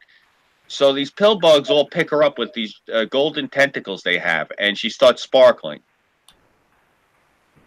That's actually how I found out the title was describing that scene to somebody. Like, oh yeah, that's Nausicaa and the Valley of the Wind. I'm like, okay, cool. But they would have that movie on all the time, which I thought that movie was cool. But then they'd have these other movies on Disney that used to horrify the fuck out of me. Like the animated Watership Down they had on. Oh yeah. They remade that. Netflix has a remake of it. Yeah. It's not as good. Yeah, the cartoon scared the shit out of me. You should watch the cartoon. It's scary. Yeah, it really is. Yeah, and then they had this other... And you want to talk really fucked up. Like, oh my God, I actually told the school therapist about this. It was called The Mouse and His Child. And it was about these wind-up toys. And it was about these rats who are running like this cult, for lack of a better term, and they use the toys as slave labor. Interesting. Damn. Yeah. So that's why the Nutcracker didn't like them. If you want to watch something really, really messed up, it's from the same people that did Watership Down. It's a movie called Plague Dogs. Okay. It's about these two escaped dogs that had been experimented on. Oh wow. Yeah. I gotta look that up. I'll definitely look into that. How about best classic horror movies? Really quick before we segue into that, I just wanted to mention something to you guys. Have you ever seen the Claymation Adventures of Mark Twain? No. Okay, I'm gonna find a clip and put it in the group chat for you guys to look at while Tara goes through that list. I want you to look at this thing I'm going to present to you guys. It's probably one of the most disturbing things you're ever going to see. Like, seriously. Like, I'm talking there's a claymation version of Alice Through the Rabbit Hole. That fucking thing is creepy, too. No, not like this. This is you can show it to me later, but I guarantee you're going to watch this and be like, Scooby, what the fuck? Like, it's straight up nightmare fuel if I can get YouTube to open. But yeah, what is it now you were saying? Horror movies? Yeah, the best horror movies. All right, let's hear them. Give me a second. Mm-hmm. Remember, my browser's a slow little fucker. Yeah. Your browser or your computer? Browser. Probably both.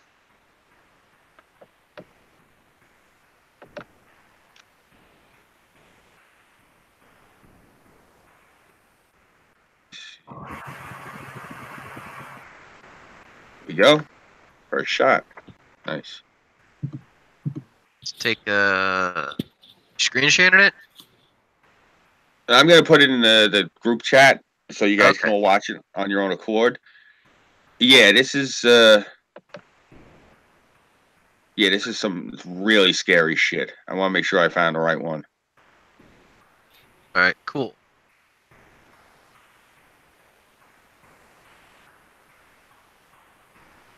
Oh, wait on that. Anything else going on? Oh,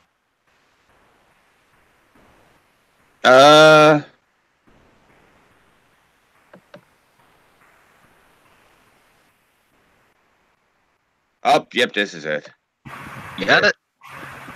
Yeah, I'll send it to you. This is gonna fuck you guys up a lot. Nice. Like when I seen this, I was like, holy shit. I seen this when I was a kid and I was like, wow, this is fucked up. This is really, really fucked up. Okay, here we go.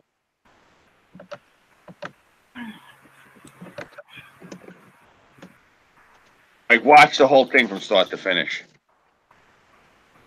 Will do. Yeah.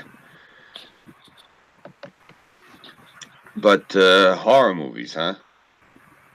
Oh, I love horror. Yeah. Not my cup of tea anymore. Depends. It has to be made a certain way. You know, you really have to, like, not slasher movies, don't get me wrong, not like blood and gore, but like actual horror. I can appreciate a good horror movie. Something that really scares the shit out of you. Like, you know, again, not gross, not gory, nothing like that.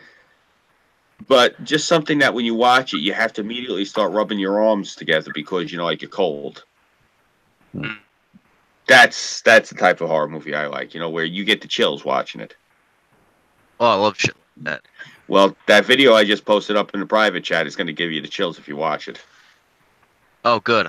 I'll definitely go ahead and get it then. Because I like my horror movies like I like my video games. I like something when it's a movie where it's scary, it's deep, and it presents a bit of a challenge for the viewer and the protagonist or protagonists.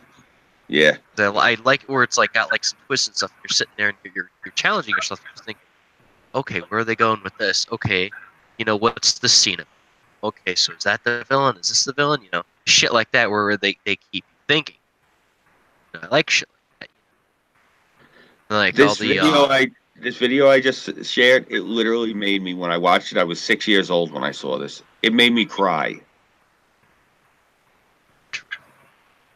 It's that fucked up. I actually, tears of like straight up fear. I was afraid of what I was seeing on the TV. It was scaring me. Damn. Yeah, bro. Think about it. Think about what I'm saying. And when you watch this, you're gonna tell me afterwards, like, Scoop, that was probably the most fucked up thing I've ever seen. Considering that this was like a claymation show made for children. Yeah, it really was. Okay, I found it, Scooby. I'm gonna post it here. All right. Oh, good news there, Burnside. Ooh, do tell. Well, the Hawks beat the Devils 5-2. Fuck yeah. That's Awesome. the bone creatures. That's not Alice like eating shit to get small. All right, I definitely got to check that out then. I'll do it in a little bit though. So you got the Glad hockey you hear the scores? Hawks, man. That's fucking awesome. I was just looking at the scores. Islanders beat the Jackets 3-0. Ah, cool. Peace. Very cool. Good shit. It's always a good day when the Hawks win. Hey guys, I'll be right back. Give me a second. I want to see what Patches needs. All right, sure. We'll hold the fort down here. No worries. Hell. Oh. Yeah, that's the one thing I am hoping is that some of these new horror movies coming out are decent. Because I've seen a handful here and there that have been alright. I mean, as far as like film and shit, that's the one thing, thankfully, as far as all the politics and that hasn't been affected too much. Okay, best classic horror movies. Yes. Number 1, Jaws. By the way, there's 284 titles. Holy fuck. That's a lot. Number 2, Suspiria. Never heard of it. An American newcomer to a prestigious German ballet academy comes to realize that the school is a front for something sinister amid a series of grisly murders. Yeah, they made. There's a recent remake with what's her name? When it played the ancient one in Doctor Strange. What's her name? I know who you're talking about. Yeah. She plays the headmaster. There's a. It's very recent. It was like in the last 2 years. Number 3, The Exorcist. Now, personally, I think this one should have been number 1. Number 4, Psycho. Don't think I've heard of that one. You've never heard of Psycho with fucking Norman Bates? Oh, that's one guy in the knife. Ah, right. We're going to have to sit and watch every single Psycho movie. You realize that, right? Oh, they better not suck. Some do, some don't. Some I can't still watch scenes. Number 5, Halloween. Number 6, Poltergeist. Number 7, and seriously, this movie is fucking creepy, The Omen. That is good. And this is the original, not that fucking remake. Or the shitty sequel. Sam Neill. Number 8, Halloween 2. They better not have Halloween 3 on this list. Number 9, A Nightmare on Elm Street. Number 10, Black Christmas. Original or remake? This is the original, the 1974. Okay. Number 11, Friday the 13th. I'm assuming the original. Yes. Number 12, Friday the 13th, Part 2. Number 13, Jaws 2. And The only thing I like about the Jaws movies and why I will watch every single one of them is because they have it always has to do with the Brody family. Yeah.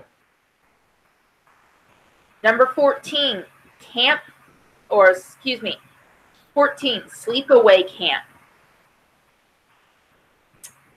A traumatized and very, very shy young girl is sent to a summer camp with her cousin. Shortly thereafter, her arrival, everyone with sinister or less than horrible intentions gets their comeuppance. This one should have been either number 1 or number 2. Number 15, Rosemary's Baby. Never heard of it. That's supposed to be really brutal. Mia Farrow. It was a mind fuck. I remember watching it. The summary is, as a young couple moves into an apartment only to be surrounded by peculiar neighbors and occurrences. When the wife becomes mysteriously pregnant, paranoia over the safety of her unborn child begins to control her life. Number 6, and this is the original, Carrie, with Sissy Spacek. Yeah, that was okay. Number 17, The Prowler. Don't know if I've ever seen that one. It was put out in 1981. An unknown killer clad in World War II U.S. Army fatigues, means Burnside would love it, stalks a small New Jersey town bent on reliving a 35-year-old double murder by focusing on a group of college kids holding an annual spring dance. Doesn't ring a bell. Number 18, Alien. That was good. That was a good. Yeah. Number 19, Aliens. It's more of an action film than a horror film, really. Yeah. Yeah. But whatever. The original. Number 20, Dawn of the Dead. Hell yeah. That was better. Yeah, that was better than the remake. 21, The Thing. That was good. That's, One of Kurt Russell's that's the one with best. Kurt Russell. Oh, Yeah. hell yeah. Fuck the remake. The original, The Thing, was the best. Actually, the remake is a prequel. Yeah. Well, and actually, the one with Kurt Russell is a remake. it's a Oh, quasi no way. remake. It's a quasi remake. Yeah, the first one, The Thing, is a remake of Who Goes Out There. Interesting.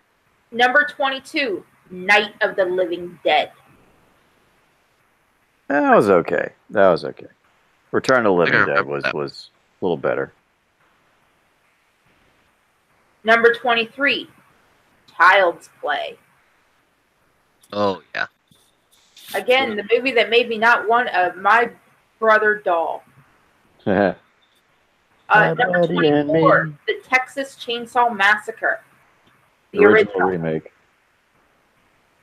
The original? Yeah. Yeah, this is classic horror movies. Okay. Number 25, Bloody Birthday. 3 children are born on the height of an eclipse of the sun. 10 years later, they begin to murder the people around them, even their family members. Don't know if I've ever seen that one. It has Julie Brown. Number 26, Friday the 13th, Part 3. Number 27, See No Evil. A young blind woman is pursued by a maniac while staying with family in their country manor. I think I might have seen that one. Number 28, Cover Up.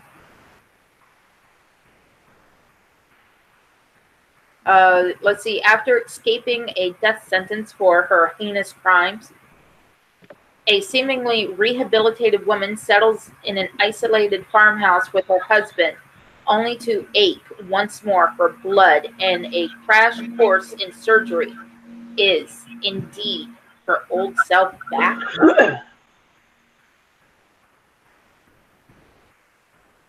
Let's see. 29, The Town That Dreaded Sundown.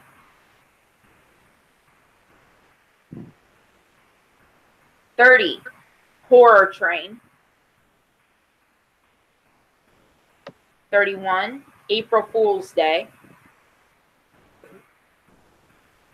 32, It. 33, Hell Night.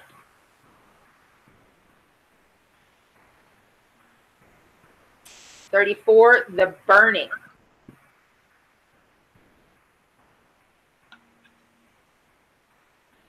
This is pretty much like a remake of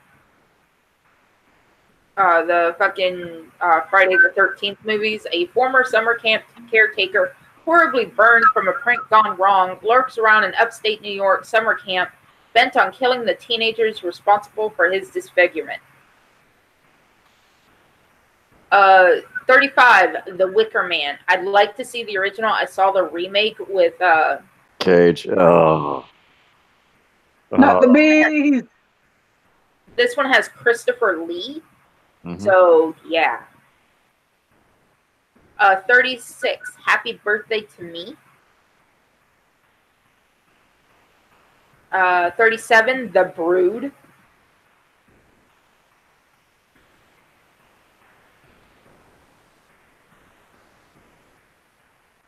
If I'm right, I've seen this one before. A man tries to uncover an unconventional psychologist's therapy techniques on his institutionalized wife amidst a series of brutal murders.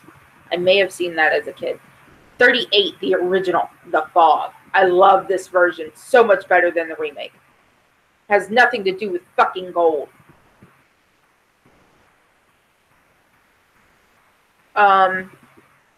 39, Alice, Sweet Alice. 40, Silent Night, Deadly Night. 41, which I'm surprised this isn't higher up. The Shining. Interesting. 42 is Poltergeist 2, The Other Side. That was that was okay. That was okay. 43, When a Stranger Calls. That movie scared the shit out of me, the original. This is the original, 1979. Did you guys see the original When a Stranger Calls? Yes. Yeah. I mean, obviously, it's not going to scare you over and over, but the first time when you see it front to back, yeah, that movie scares the shit out of you. Number 44, Damien, The Omen 2. This is one of my favorite fucking movies. Do you know that movie when I was a kid? I developed a fear of ravens from that movie because I thought they were going to, like, gouge my eyes out. The bird scared the shit out of my grandmother. She was afraid of birds. Yeah. 45, Fright Night.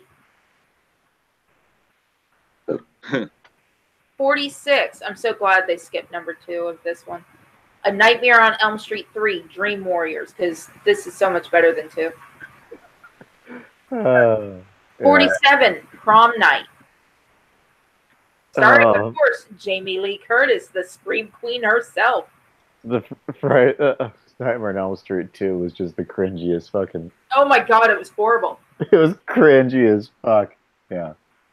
Oh gosh, I gotta jump out here, guys. I'm falling asleep. But thanks for having me on, and thanks for taking me down memory road with all these wonderful titles. Sure, you got it, bro. Definitely, anytime. Let's see, Scoob. We're gonna have to reschedule from Sunday to Tuesday. Okay. Just, you got called into work? Yeah. So they swapped my schedule with some other dude. So I no longer have Sunday off. I now have Tuesday off. So it'll have to be Tuesday. That's fine. Oh, Snoopy. Number 50 is the Amityville Horror. Yep. All right, good night, Six. God, I hate that movie. It brought so much traffic into the neighborhood. People just, like you go into Amityville in the summer for a while, you had people walking around, oh, where's the house? All right, I want to see this movie so bad. I don't think I've ever seen it. Number 52, Rabid. A young woman develops a taste for blood after undergoing an experimental plastic surgery. And her victims turn into rabid, bloodthirsty zombies who proceed to infect others, which turns into a citywide epidemic. Oh, cool. I definitely want to see it. Marilyn Chambers, Frank Morris, Joe Silver, and Howard Rusbrin. Marilyn Chambers is in like the soft porn queen. Cool. I don't know if there's any other. Yeah, she used to be in a lot of softcore. Then number 55, Puddin', are you there? Puddin'. I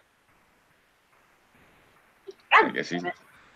He sent me a Valentine that was My Bloody Valentine, and this has the original 1981 version at number 55, My Bloody Valentine. I like the new one for Betsy Rue.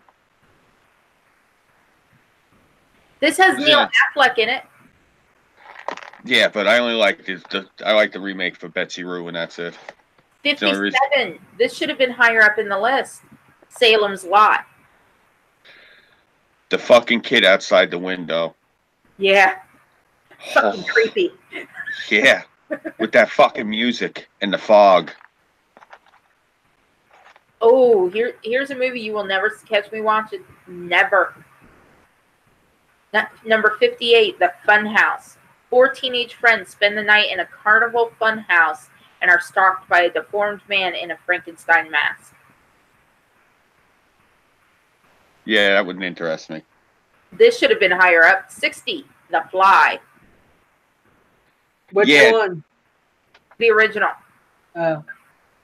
The remake should be much higher up on, like, as far as, like, scary. Holy shit, is that scary. No, thank you. I don't like watching The Fly in the first place. Yeah. I actually like these movies, the house movies. It's number 61, The House. A troubled writer moves into a haunted house after inheriting it from his aunt. What it actually is he moves into the house after his son drowns in the pool. And what ends up happening, because I've watched these movies so many times, I love this series of movies. There's like 3 house movies. And, you know, he was in Vietnam, too, which it has Richard Mole in the movie.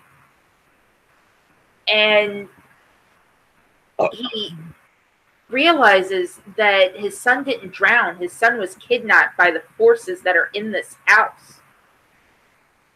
And he does his best to fight through all these heinous things and saves his son. Is the second one where they find these 2 guys and they find their dead grandfather? I think so. Yeah. And they got the caterpillar that looks like a dog? Yes. Yeah.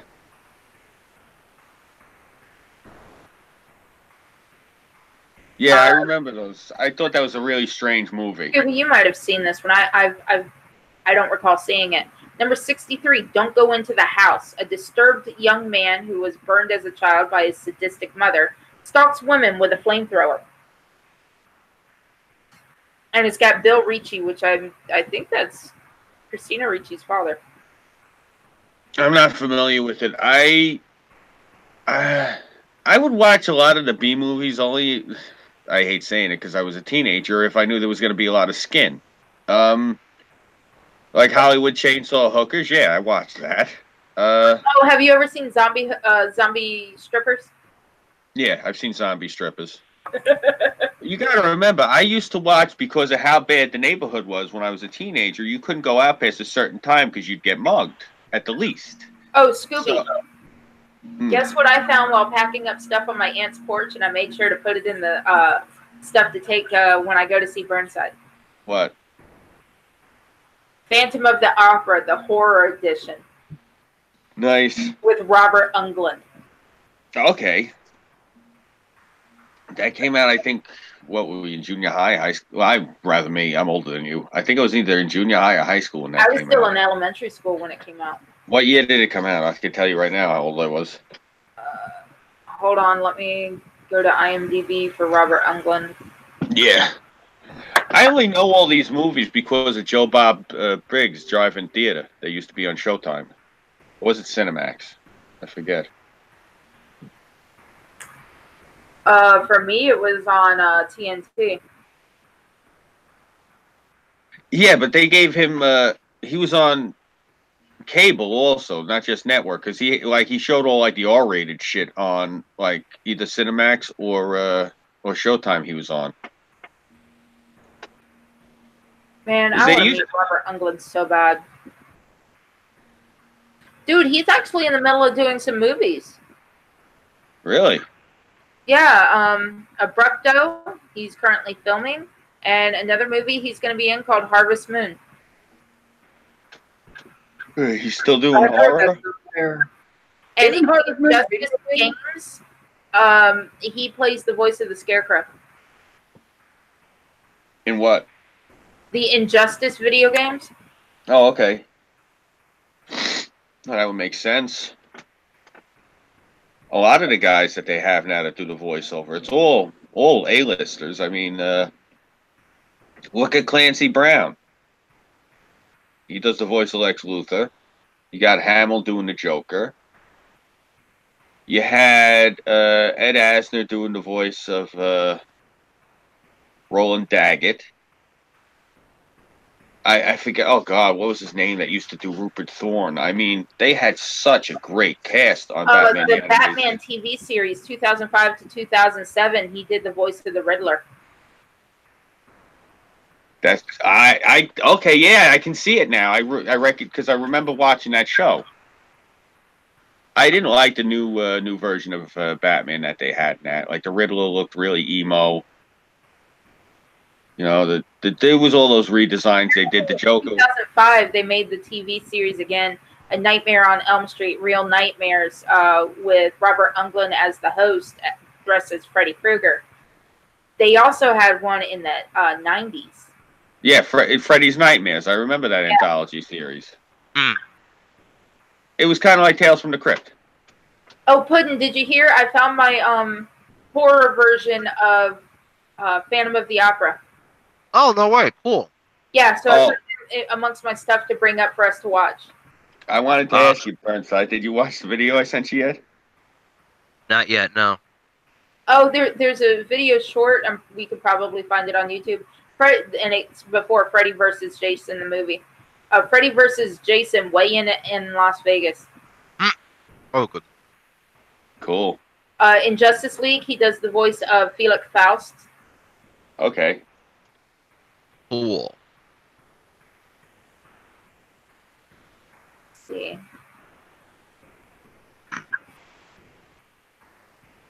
Let's see here. What did you send?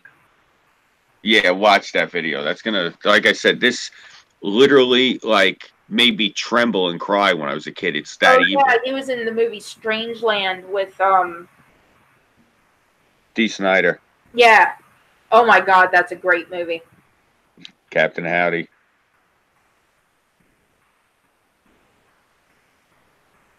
And of course, he was in Married with Children, playing as Lucifer. Hold on, let me go pop this up because the damn subtitles are pissing me off. Yeah, I only grabbed it with the subtitles because it had like, it was the long one where it had like the whole thing. Ah. Goddamn Spanish subtitles. Well, you get to learn some Espanol while you're at it. America, I don't need it. We're making a wall for a reason. So that all of them can come here legally and learn our language so that we don't have Phantom of the Opera, miscommunications. where he plays the Phantom, came out in 1989. Okay, I was in grade school then when that came out. I thought it came out later for some reason. 89.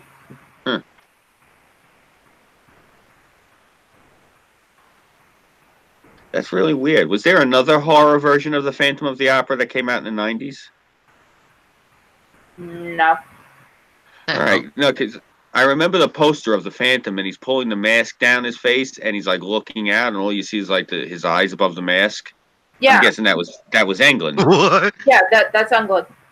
Yeah. Oh, what Burnside? You watching it, huh? Yeah. Yeah. All right, so let's see. I'm actually skipping a few movies because I've either never heard of them or they don't seem significant. Mm-hmm. That's Oh, funny. here we go. Assume Number samurai armor that calls itself Satan. That's funny. Number Yeah. 69, Orca. A hunter squares off against a killer whale seeking vengeance for the death of its mate. That movie was actually disturbing. You ever seen Orca? No. Yeah, no, I have actually. I've seen it a couple of times. My I've father seen parts insisted. of it. Yeah, Orca, if you watch it front to back, it's actually like a disturbing horror movie. Like it's one of those ones where literally the whale is it's a 35-foot fucking killer whale and it's stalking this fisherman out because he killed his wife and calf. And the lengths that this thing goes to get them. Sounds like I need to see Like, it. huh? Sounds like I need to see it. Yeah, you do. I'm giving you fair warning. It's one of those movies where afterwards, when you watch it, you feel down after you watch it. Like, wow, that was a fucked up movie. All right, so number 70, Friday the 13th, Part 7, The New Blood. The only Friday the 13th movie that matters is Part 8.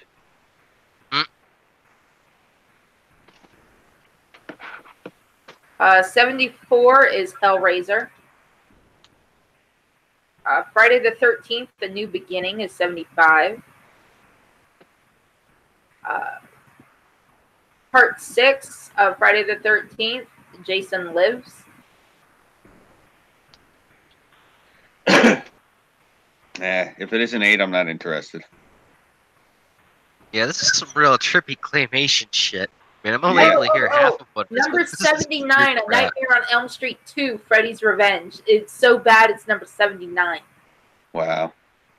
However, what should be higher up on the list is number 80, Evil Dead. Should be higher up on the list is 81, Children of the Corn. Another one that should be higher up, Day of the Dead at 82.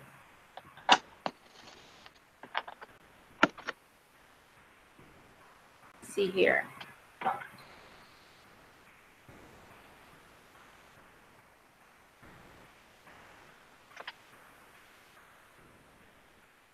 There's a movie called, at number 84, The Beyond. It's actually a French flick, but it's based in Louisiana. A young woman inherits an old hotel in Louisiana where following a series of supernatural accidents, she learns that the building was built over one of the entrances to hell. I think I've seen that movie. I think I have too. Whoa. You know, I should screen share this depraved shit. Another one that should be higher up on the list is 88, Firestarter. Yeah, that was a fucked up movie. Another one that should be higher up, number 90, Creepshow. Yeah. Another higher up, The Hills Have Eyes at 91. Oh, that was a good movie. I never watched those movies. I don't like mutants. Another one that should be higher up, 93, The Last House on the Left. My wife watches that every fucking time it's on. Okay, I've seen this movie several times and it still creeps me the fuck out. Number 94, Burnt Offerings. A family moves into an old haunted house that regenerates itself by feeding off the life forces of its injured occupants. I've never seen it, but now I have to. I think it was on Netflix. Sounds like Monster House. No, worse. All right, I definitely want to check it out now. This movie is creepy. Number 95, Amityville 2, The Possession. What about The Hitcher? I remember watching this one. Oh my god, that was creepy. Yeah. Wow, I haven't heard of that movie in years. What was I going to say to you? Is 1408 on that list at all? I'm still going through it. Yeah. That movie, you know what? There's one scene in that movie that fucked me up when I watched it. I was like, holy shit. You know what I'm talking about? Have you ever seen it? No, I haven't. All right. We've already There's 100, going to the next page. There's a scene. Check this out, Burnside. There's a scene in 1408. Just talking about it gives me the chills. And it's not really spoiling it if you watch the movie. I doubt you're gonna run out and rent it right now. But there's a scene. What it is, John Cusack's daughter is supposed to be dead. And his daughter shows up and he's talking to her and he hugs her and he's telling her he loves her and everything. And she looks at him and says, "I love you, Daddy," and then turns to ash in his fucking arms. Damn. Brutal. Yeah. And the fucked up part is, like, he's a journalist and he's like, he does haunted houses. That's his thing. So he's there and he's at this hotel and he's checking out the hotel, you know, and all this evil shit starts happening. And he didn't realize the microphone was recording at the time. And him and his wife are later on, like, he's going through the tapes and they fucking hear the conversation. Yeah. Holy shit, did that scare me. I'll give Stephen King credit. The movie was like, but that one little caveat, that gave me the fucking chills. Ooh, here's a movie for Burnside. He'd love this one. It's number 104, Crawl Space. A man who runs an apartment house for women is the demented son of a Nazi surgeon who has the house equipped with secret passageways, hidden rooms, and torture and murder devices. Interesting. Number 105, Creep Show 2. I don't think I've heard of that one. What's it called? Creep Show 2. Scooby and I have seen every single Creep Show. Yeah, pretty much. Yeah, just sit there and think for a minute. Nah, I never heard of it. Let's see here.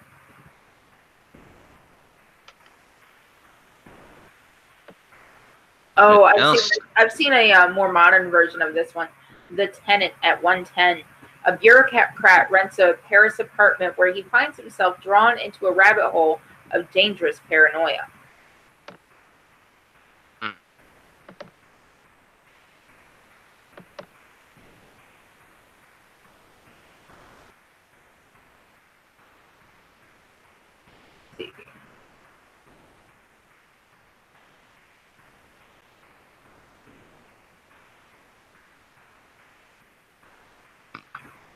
Oh, heard. Oh, here we go. 115, Deranged. Confessions of a Necrophile. Oh, interesting. A deranged rural farmer becomes a grave robber and murderer after the death of his possessive mother, whose corpse he keeps, among others, as his companion in a decaying farmhouse.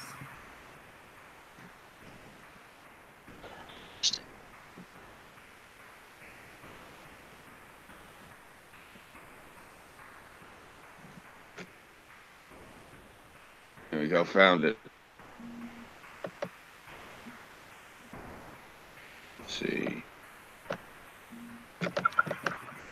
Here, Kelt, here's that scene I was talking about in the group chat. Oh, let me see this one. Yeah, oh my god, did that fuck my head up when I first seen this. I was like, wow, this is the most fucked up movie I've ever sat through. Oh, I remember this movie.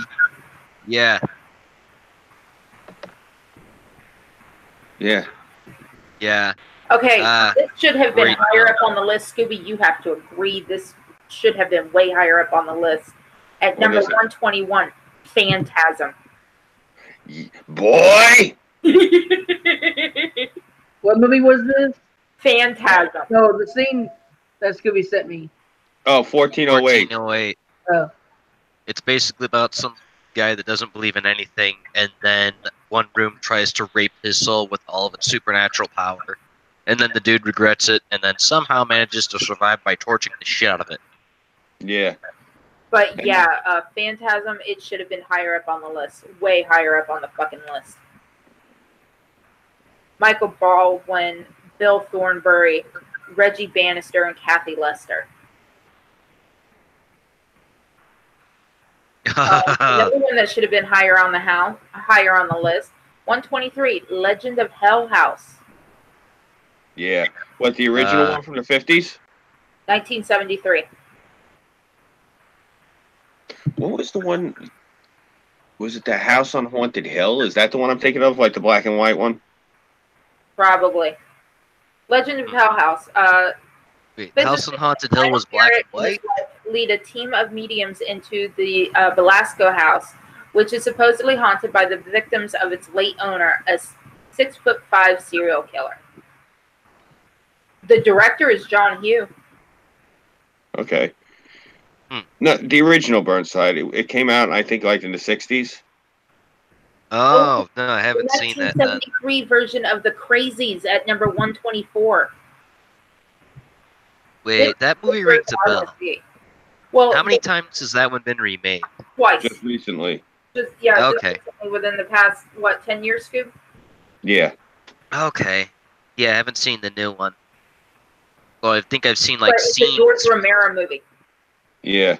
So, the problem Romero's is, good. I have to see it. It's George Romero. Yeah. Romero knows what he's doing. Let's see here. Oh, here's one. Race with the Devil at 126, starring Peter Fonda and Loretta Swit.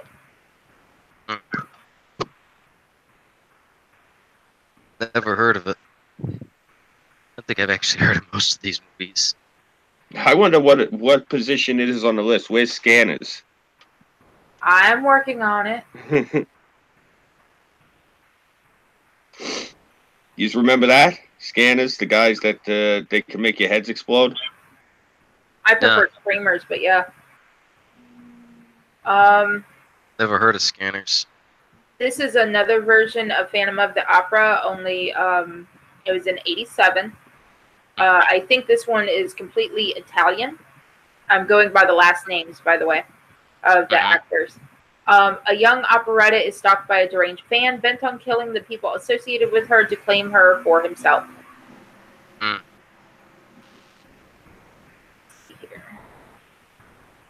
I don't like Italian horror movies, really. Something else that should have been higher up on the list at 133, Prince of Darkness. That was actually pretty good and pretty freaky. Yeah. Army of Darkness? Prince of Darkness. Oh, Prince of Darkness. John Carpenter. Nice. That was the one we were watching. I think I said this last time. We all rented all these movies, and we tried to see how many movies we could sit through without falling asleep, and we forced ourselves to stay awake. By the time we got to Prince of Darkness, we were so delirious that when Victor Wong came on screen, we were all laughing hysterical about how funny it was that Victor Wong was there and how funny his name was. Like, we were actually, it was almost like we were on drugs because we hadn't slept in like 3 days. Another one that should have been higher up on the list, because I remember seeing this one, even though I thought it was funny as hell watching it when I was a kid. At 138, we have A Bay of Blood. Never heard of it either. It's another one that's Italian. It has a voiceover. The murder of a wealthy heiress by her husband triggers a series of brutal killings in the surrounding Bay Area. I'm not saying it should have been on the very top of the list, but further up. Okay, just for the name, this should have been further up. 142, Black Sabbath. My question is, where is Chud on the list? I'm working on it. Number 145, The Entity. Nice. I heard Bill Engvall was I've heard of that. good. Yeah, wasn't Chud actually a successful series? There was 2 of them. Enough to have I a thought there were sequel. 3. I don't know about a third one. I remember the first one and the second one because of the stupid title. But Chud 2, Bud the Chud. Interesting. A buddy of mine was like really obsessed with the Chud movies, and I could have swore there was 3 of them. Now, this one I saw when I was younger. 149, Superstition. A witch put to death in 1692 swears vengeance on her persecutors and returns to the present day to punish their descendants. That always annoyed me. Why the fuck are you going to go after the family? Hatred. I understand it's, it's a gimmick for the movie, but still, it was one of those things like, if someone showed up here at the house and they said to me, "Well, your great great great great grandfather did shit to me, so I'd have no pity for you. Fuck you." Yeah, it's kind of like what they're doing with in the Democrats. Yeah. We think Yeah. your ancestors did this, so you must pay for it. Okay, Sounds this one asinine. should have been way, way higher in the list, like in the top 10. Number 156, Puppet Master. Ah, Oh yeah, that should have been higher. I have every single Puppet Master movie. All right, check this out. Puppet Master 10. Check this out really quick, not to change gears, but 1935 was how many years ago? let me pull up a calculator. Yeah. All right, let's see here. 2019 minus 19. Say 35 was it? Yep. 35. It was 84 years ago. Is there anyone in this country that is over 84 right now? Probably, right? Yeah. Yeah. Then there are people alive in this country who have been here since before my family came to this country. Yay. Well, no, I'm stating a point for anyone who ever says, about like your ancestors did this or there are actually Americans alive right now who their lifetime is longer than my family has been in this country. So. I see. These next two Nice. movies should have been higher up on the list. 169, Return of the Living Dead. When two bumbling employees at a medical supply warehouse accidentally release a deadly gas into the air, the vapors cause the dead to rise again as zombies. Lame. It still should have been higher up on the list. What zombie movie was it? It was one of those. It was either Day of the Dead, Night of the Dead, or whatever it was. Return of the Dead. She's the hot mother on the OC, and she was Priest in Spawn. She had all these nude scenes in that movie. Which movie? Oh, no. One of those zombie movies. It takes place on a military base. She gets bit, and she's like one of the zombies. No idea, man. I've seen so many discount zombie movies that that could be. It might be Day of the Dead. Burnside, you remember this. It has a fucking gorgeous redhead zombie. Seriously. There's not a How tall was she? About like 5'7"? I don't know. It's the same actress who was in the movie Spawn. She played Priest. Oh. But she was a teenager in this movie. She had red hair. My God, she was delicious. Holy shit. I remember watching that when I was a teenager. I was like, wow. Might have been Return of the Living Dead. Yep. I was close. Matter of fact, I pulled up the image, so we will screen share. Just to make sure Scooby is confirmed. She ends up like sticking all the shit up in her. Yeah, that's the one. That's the one. Interesting.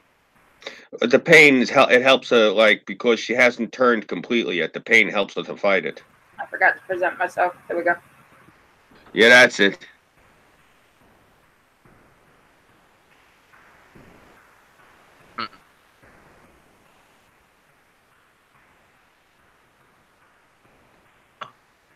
Yeah, no, I haven't seen that. She's the mother on the OC, I think it is. I only know because my wife was watching and I came in and I seen her. I was like, holy shit, she still looks gorgeous. Interesting.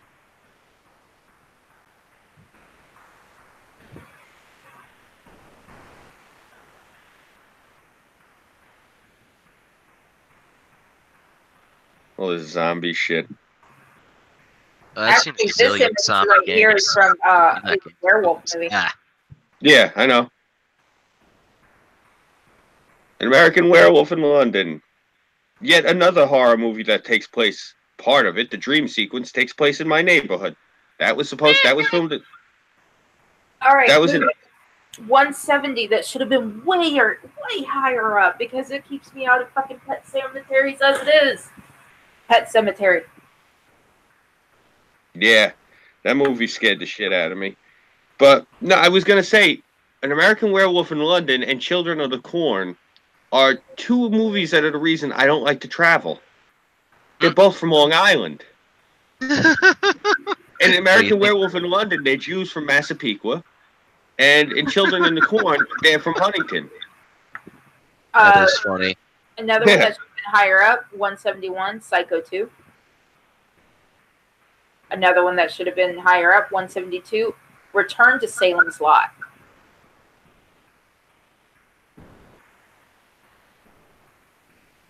Interesting. I remember Salem's Lot.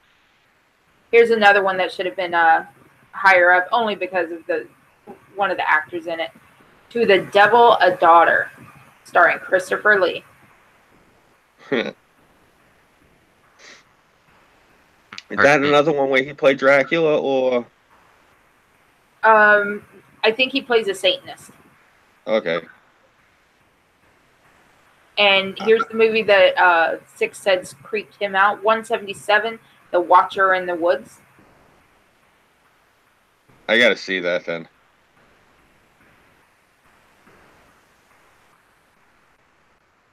Not sure. This doesn't ring a bell. Another one that should have been higher up. 182, Cujo. I didn't think Cujo was that scary. Did you watch the remake or the original? A mother, a dog. They were terrified about a dog. For some reason, everyone was a communist, so they didn't have guns or the balls to put down the dog. No. Here's the question. What was the breed of the dog? I don't know. Big fucking brown dog. Aside from it being, vicious, it actually looked like a sweet puppy. No, there's a big, big difference in the breed of the dog. Because in the remake, they use a German Shepherd. Oh, no. Then it was the original. No, it definitely wasn't a German Shepherd. The original is a Saint Bernard, because when you think of a Saint Bernard, you think of big, fluffy, friendly.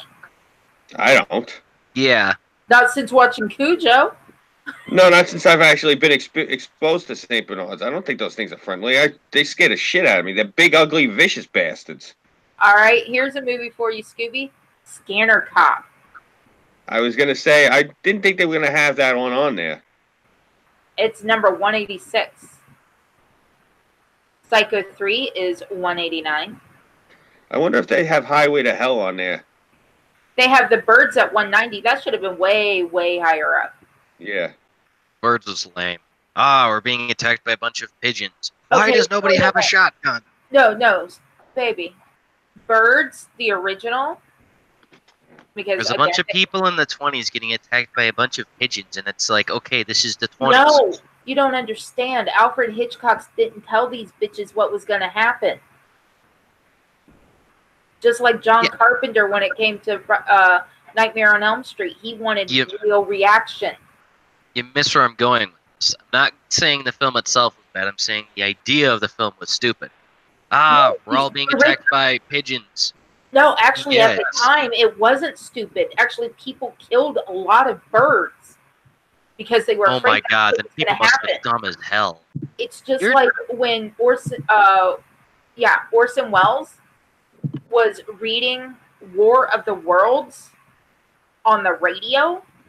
Yeah, and everyone apparently missed the legal disclaimer he put in initially, saying this is a work of fiction. Exactly. And decided that, all right, we gone done do-ditter think it's a world war. Yeah, same thing. Everyone's an idiot. Like, literally. Like, the birds, I don't see how that can be terrifying, because it's a bunch of fucking pigeons. They weren't. It's like, yeah, I get all sorts of birds. It wasn't. Yeah, he had crows, ravens, seagulls, especially the fucking seagulls. The seagulls were. Yeah, but he didn't have any birds of prey. He had like common. No, he did. They were in New England or wherever they were. There was no birds of prey in that area. Yeah, but I mean, it's like movie. Can't you just say like, all right, just because I'm supposed to be making something terrifying, all right, we're just gonna say an eagle's gonna leap out of nowhere because fuck you, Hollywood, and it's gonna, eat this child or some shit. They did have birds of prey flying through there. Not that I remember. It's just in the black and white one I remember, it was like Charlie Chaplin and a whole bunch of other people just screaming because pigeons. Oh no, the one that we're talking about is the '60s with Tippi Hedren. That's what's her face's mother, Melanie Griffith's mother. Yeah. And yeah, and it burns. It's actually really scary. Jessica Tandy, Suzanne Plachette. You know what I get a kick out of when you watch The Birds? Jessica Tandy's playing an old woman. Yeah. The movie came out, what, in the 60s? And she was already playing an old woman at that point. It came out in 1963. And all she really did was play an old woman. Another movie that should have been higher up on the list, 195, A Cat's Eye. Yeah. You know, parts of that movie I like. Like, the part I didn't like was, you know, like the thing with the quit smoking. I didn't really, I mean, I got the concept. Like it's one of those... Like, I don't know. It's just something about the older movies. Like, sometimes I sit there and scratch my head and go, okay, this is something terrifying. Like, I get, like, the gore movies, the zombie movies and stuff, because back then, you know, a lot of people didn't have those type of movies. You know, it's like, you know, all sorts of, like, mobsters and stereotypical stuff and, you know, things that are, like, you know... The one where you start to stop smoking, you sign this paper with them where... You give them the right to do whatever they have to do to get you to stop smoking. Holy shit, do they go to lengths? They show the way it winds out is the guy is who signs up with it. He's telling them, you know, he's trying to stop smoking, and he's talking to this couple at a party, and the couple looks really fucking flustered. And they're like, yeah, no, you have to do what they say. And so the guy goes like this. He's like, oh, well, you know, they told me they're going to cut off my wife's, you know, pinky. And the couple look at each other. And then this guy realizes, he looks, she's missing her fucking pinky, this woman. Oh, I think I've seen this before. There, if I remember correctly, there was a Outer Limits episode that did something like that. Yes, they remade it for this movie, exactly. That's what a lot of it was. Like, if you watch... excuse me, if you watch the Twilight Zone movie, if you watch Creepshow, and if you watch Cat's Eye, they're all actually remakes of, like, from the 50s, from the Outer Limits and the Twilight Zone and the shit in the comic books. They made it into movies, into a movie format. Right, Scooby, you're going to agree this movie should have been higher up on the list, too. At number 203, Shocker. I'm trying to remember this one. After being sent to the electric chair, a serial killer uses electricity to come back from the dead and carry out vengeance on the football player who turned him into the police. I think I do remember that one. Starring Michael Murphy, Mitch Pileggi, John Tesh, and Heather Langenkamp. Is that the one where they fry him and he's supposed to be dead and all of a sudden he lifts his head up? He's like, all that did was give me a hard on. I don't remember. That was a scary movie. And you know what was another really good movie? They executed him. Oh God, what was it? Was it The First Power? Was that the name of it? It was Lou Diamond Phillips, and he's a cop. And they gave this guy the chair. He was a serial killer. And the devil gives him the power to come back and possess anybody. But Lou Diamond Phillips does not believe that. He's, you know, he was raised Catholic and he's an atheist. It's not that it's a scary movie, but it's one of the first movies to ever use computer animation. And they only used it for one scene. And this one scene terrified me so much. You see, he's in the church praying, Lou Diamond Phillips, and he's at the altar and he's like kneeling down by, you know, at the altar, and you know there's a big, huge crucifix with Christ on it up on the altar. While he's praying, he hears sobbing, and he looks up, and it's Christ on the cross, writhing and weeping. Cool. It scared the fuck out of me because Christ is made out of solid ivory. So it's this big ivory Christ, like moaning and writhing in pain. I really think it's called The First Power. I'm gonna look it up now. Very interesting. Like a scene like that I can see being terrifying. That's actually really, you literally animate a crucifix that has the Redeemer on it. All right, just start another sobbing. movie that should have ended up at the top of near the top of the list: Videodrome. Don't think I've heard of that one. When he requires a different kind of show for his station, a sleazy cable TV programmer begins to see his life and the future of media spin out of control in a terrifying new reality. Another one that should have been near the top of the list. I don't know why they call it a horror film. The Burbs at number 222. Birds was not terrifying because it only contained birds, no serial killers or monsters, just a lot of pigeons and people that didn't have shotguns. Burbs. Oh, Burbs. Wait a minute, is that the one where it's the family that lives in the suburbs and it's, and it starts with a guy hunting somebody's dog down with a BB gun? Yeah, something like that. And American Werewolf in London at 225 should have been near the top of the list because that is one freaky fucking movie. Very interesting. Let's see.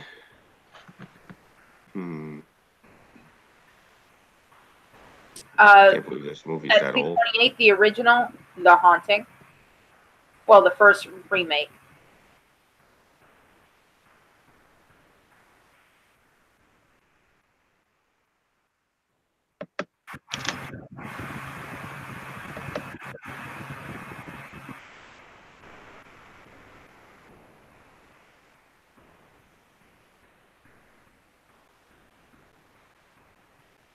Hello? I'm here. You catch that lag too? Yeah. Happens.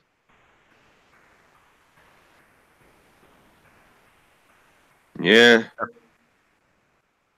Okay, another one that should have been higher up on the list at 234, we have Dolls.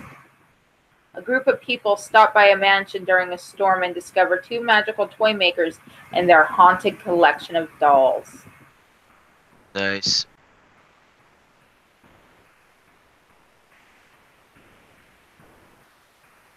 Where the hell is it? What you looking up? I'm trying to find that scene with the cross. Oh, definitely find that if you can. Yeah, because I found the movie. It's just there's so many scenes that take place in churches in this damn movie. Another one that should have been higher up on the list at 240, Murder on the Orient Express. Just because it's a fucking classic, man.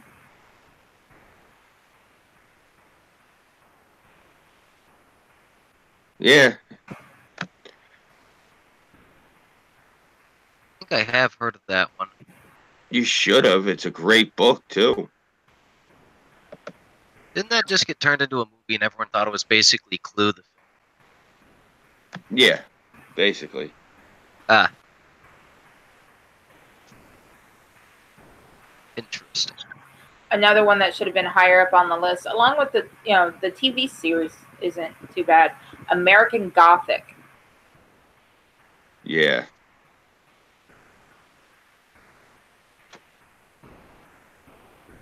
Don't think I've heard of that. I like the name of this one. It's 246. Children shouldn't play with dead things.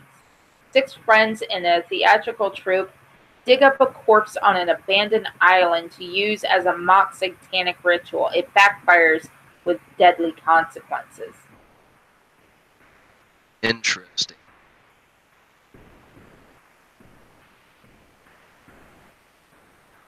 Find it yet, Scoop? Yeah, I'm trying to search through here. It's taking me a minute. Alright, no worries. It's been forever since I actually seen this damn movie. Okay, I've seen this one, and it should have been higher up on the list. 251, Night of the Creeps. Alien brain parasites entering humans through the mouths turn their hosts into killing zombies. Some teenagers start to fight against them. Then we have another one that should have been higher up on the list at 252. Bright Night Part 2. Never heard of that one. Baby, we have to re-educate you. No, you just need to find movies I know. I know some of these are old, but I mean, come on. Don't tell me you're going to have me sitting there watching something like in black and white with pigeons. Yes, I will. I'll take a pass. You're watching it. Nah. I just don't see birds terrifying. I mean, I live in a city. I see terrifying things every day. Okay, this one should have been higher up on the list, Scooby, and God, it really should have been higher up on the list. 264, Razorback. Try to remember what that one's about. A vicious wild boar terrorizes the Australian outback. Yeah, I seen that one. A boar. Don't they have like murderous ninja kangaroos? Yeah, but the boar will actually kill you. The kangaroo will just beat the shit out of you and leave. Okay, how big of a boar are we talking, just out of curiosity? About the size of a Volkswagen Beetle. Yeah. Alright, that's not too bad. Alright.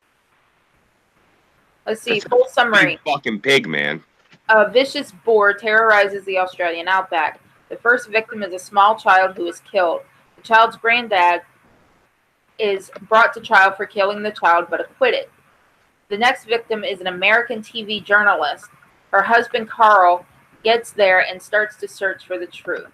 The local inhabitants won't really help him, but he's joined by a hunter and the female farmer to find the beast.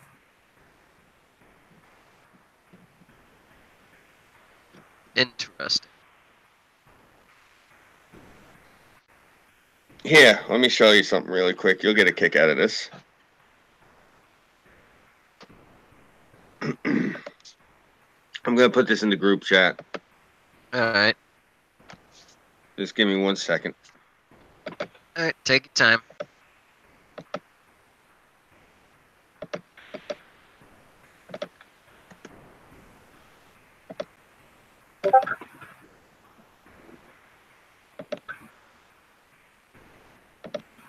Talk about a massive piggy. Oh, yeah. That's what, yeah, think about it. That's why it's a horror movie. Can you imagine this thing coming after you? I'd be thinking, lots of bacon, must murder. No, but then again, that's me. I mean, in Australia, you know, I can imagine, like, they just go, crikey, holy fuck, and then, you know, it'd be a war between that thing and 3 other crazy animals. Yeah, seriously, these are some big pigs. Someone fed the pig. Okay. This is one that should have been higher up on the list. I love this movie. And it's actually the prequel to the movie The Good Son. The Bad Seed at number 274. A housewife suspects that her daughter seemingly 8-year-old heartless killer. Gary, your microphone. You're just, you there? I'm here. All right, your mic just went out. If she moves a certain way, sometimes the wire goes. Uh-oh. I don't even have my headphones in. I stopped using them a long time ago. There you go. Okay, now you're working. back. I stopped using my headphones a long time ago. Ah, well, for some reason you had some technical difficulties there. Well, you have it too, especially when you do use them fucking headphones. That's why I stick to the regular headset, so I don't have to deal with that. And you don't hear me bitch about it. All right, so The Bad Seed. A housewife suspects that her seemingly perfect 8-year-old daughter is a heartless killer. My God, this movie freaked me out, but it's also one of the movies that makes me think, oh shit, is it possible that there's killers in my family and it just skipped generations? Well, you live in Florida. It's always a possibility. No. The environment alone will turn your children into killers. Puddin'. I am first generation to be born in Florida. Oh, joy. You're lost. Mine and Kelt's father's side is from Alabama. My mother's side is from North Carolina. Interesting. I think my mom's from Tennessee. Yep, your mom's from Tennessee. Scooby, this should have been higher up. 277, class of Newcomb High. Oh, wow. Oh, here you go, Scooby. 279, chud. There you go. 280, game over. 281, prom night 2. And that's it. That's all the ones worth noting. Cool. Well, it's 20 after 1. I actually got a call tonight because I got to get up very early. That's okay. Burnside and I need just a little bit of alone time. There you go. What are you guys doing tomorrow? Anything? I'm sleeping if possible. All right. I don't know if I'm going to be able to make it down to D.C. for Saturday. I'm not going to have the bread, I don't think. All right. It is what it is. I'd like to go, but you do what you can. Right. Oh, Lawrence was in the chat. Oh, crap. I didn't even notice he was there. Hey, Oh, glad Lawrence, he sorry stepped that we by. missed you. Oh, look, I have 6 upvotes. Yay! Very cool. Excellent. Congrats. Thank you. All right, so quickly do some shilling. Scooby. Well, you guys know the deal. I'm Scooby331. You can follow me here on YouTube. I'm on Minds.com, Gab AI, Patreon, and PayPal, and I do utilize crowdfunding to get my stuff together because I'm currently dealing with the state, which we all know how much fun that is. So if you're feeling generous and you want to see me actually cover things and I can get equipment together and start filming some more videos, hit me up on PayPal. I'd appreciate it. I also have an Instagram. I have no idea how to use it, and once I start getting stuff, I can actually post stuff up on Instagram. So there you go. There's some incentive. Sweet. All right. Baby brother. I don't have anything to shill. Puddin'. All right. Well, one project that I've got coming up is Chronicle 8 is coming. Next couple of days, we should hopefully be getting some filming done and such. For the time being, I'm basically going to have to keep everyone posted on how things gradually go. But we'll get done hopefully the next few weeks if everything goes according to plan. But you guys know Backline, shit always tends to happen. But we still get it done. And for everyone who wants to watch that, just look up Backline or Burnside in Kekistan on YouTube and BitChute. You can also look on YouTube under Heinrich Burnside, and you'll find it too. Awesome. Thank God that works too. Gotta love it when things actually work in your favor. Yeah, it's nice when that happens. Gotta love Yeah. when your girlfriend can't spell your online name. Don't feel bad. I gave up on trying to teach people how to actually pronounce Henrik, so no worries. The other one who was able to actually get it right was the worst. And I am Terracin, your favorite cyber bitch. You can find me on pretty much any social media, except for Facebook. It is Ambrosia Locke with an E. I'm still working on my Eagle video, only because I haven't had a chance to work on it. I got to do some sewing today, so I got some video for that, even though it cut out on me because it ran out of space. Let's see here. The sewing videos will be in different sequences, with me doing voiceover instead of voice during the video because I'm sewing at my aunt's house, so noise. Let's see. Burnside and I are going to be working on an idea for doing our DC comic thing. Yes, we did have a couple fun adventures planned for that. We finally think we got a way to get it up off the ground. Yeah, it's on the IMVU platform, but we'd be pre-recording it so that, yeah, we can edit that bitch. So that it doesn't look horrendously stupid. So, yeah, expect things to be coming out from me. Everybody have a good night and happy Valentine's Day. Happy Valentine's Day, people. Happy Valentine's Day. Happy Singles Awareness Day. You know, your half a girlfriend doesn't like that. Eh, You gotta stop hiding her under the bed.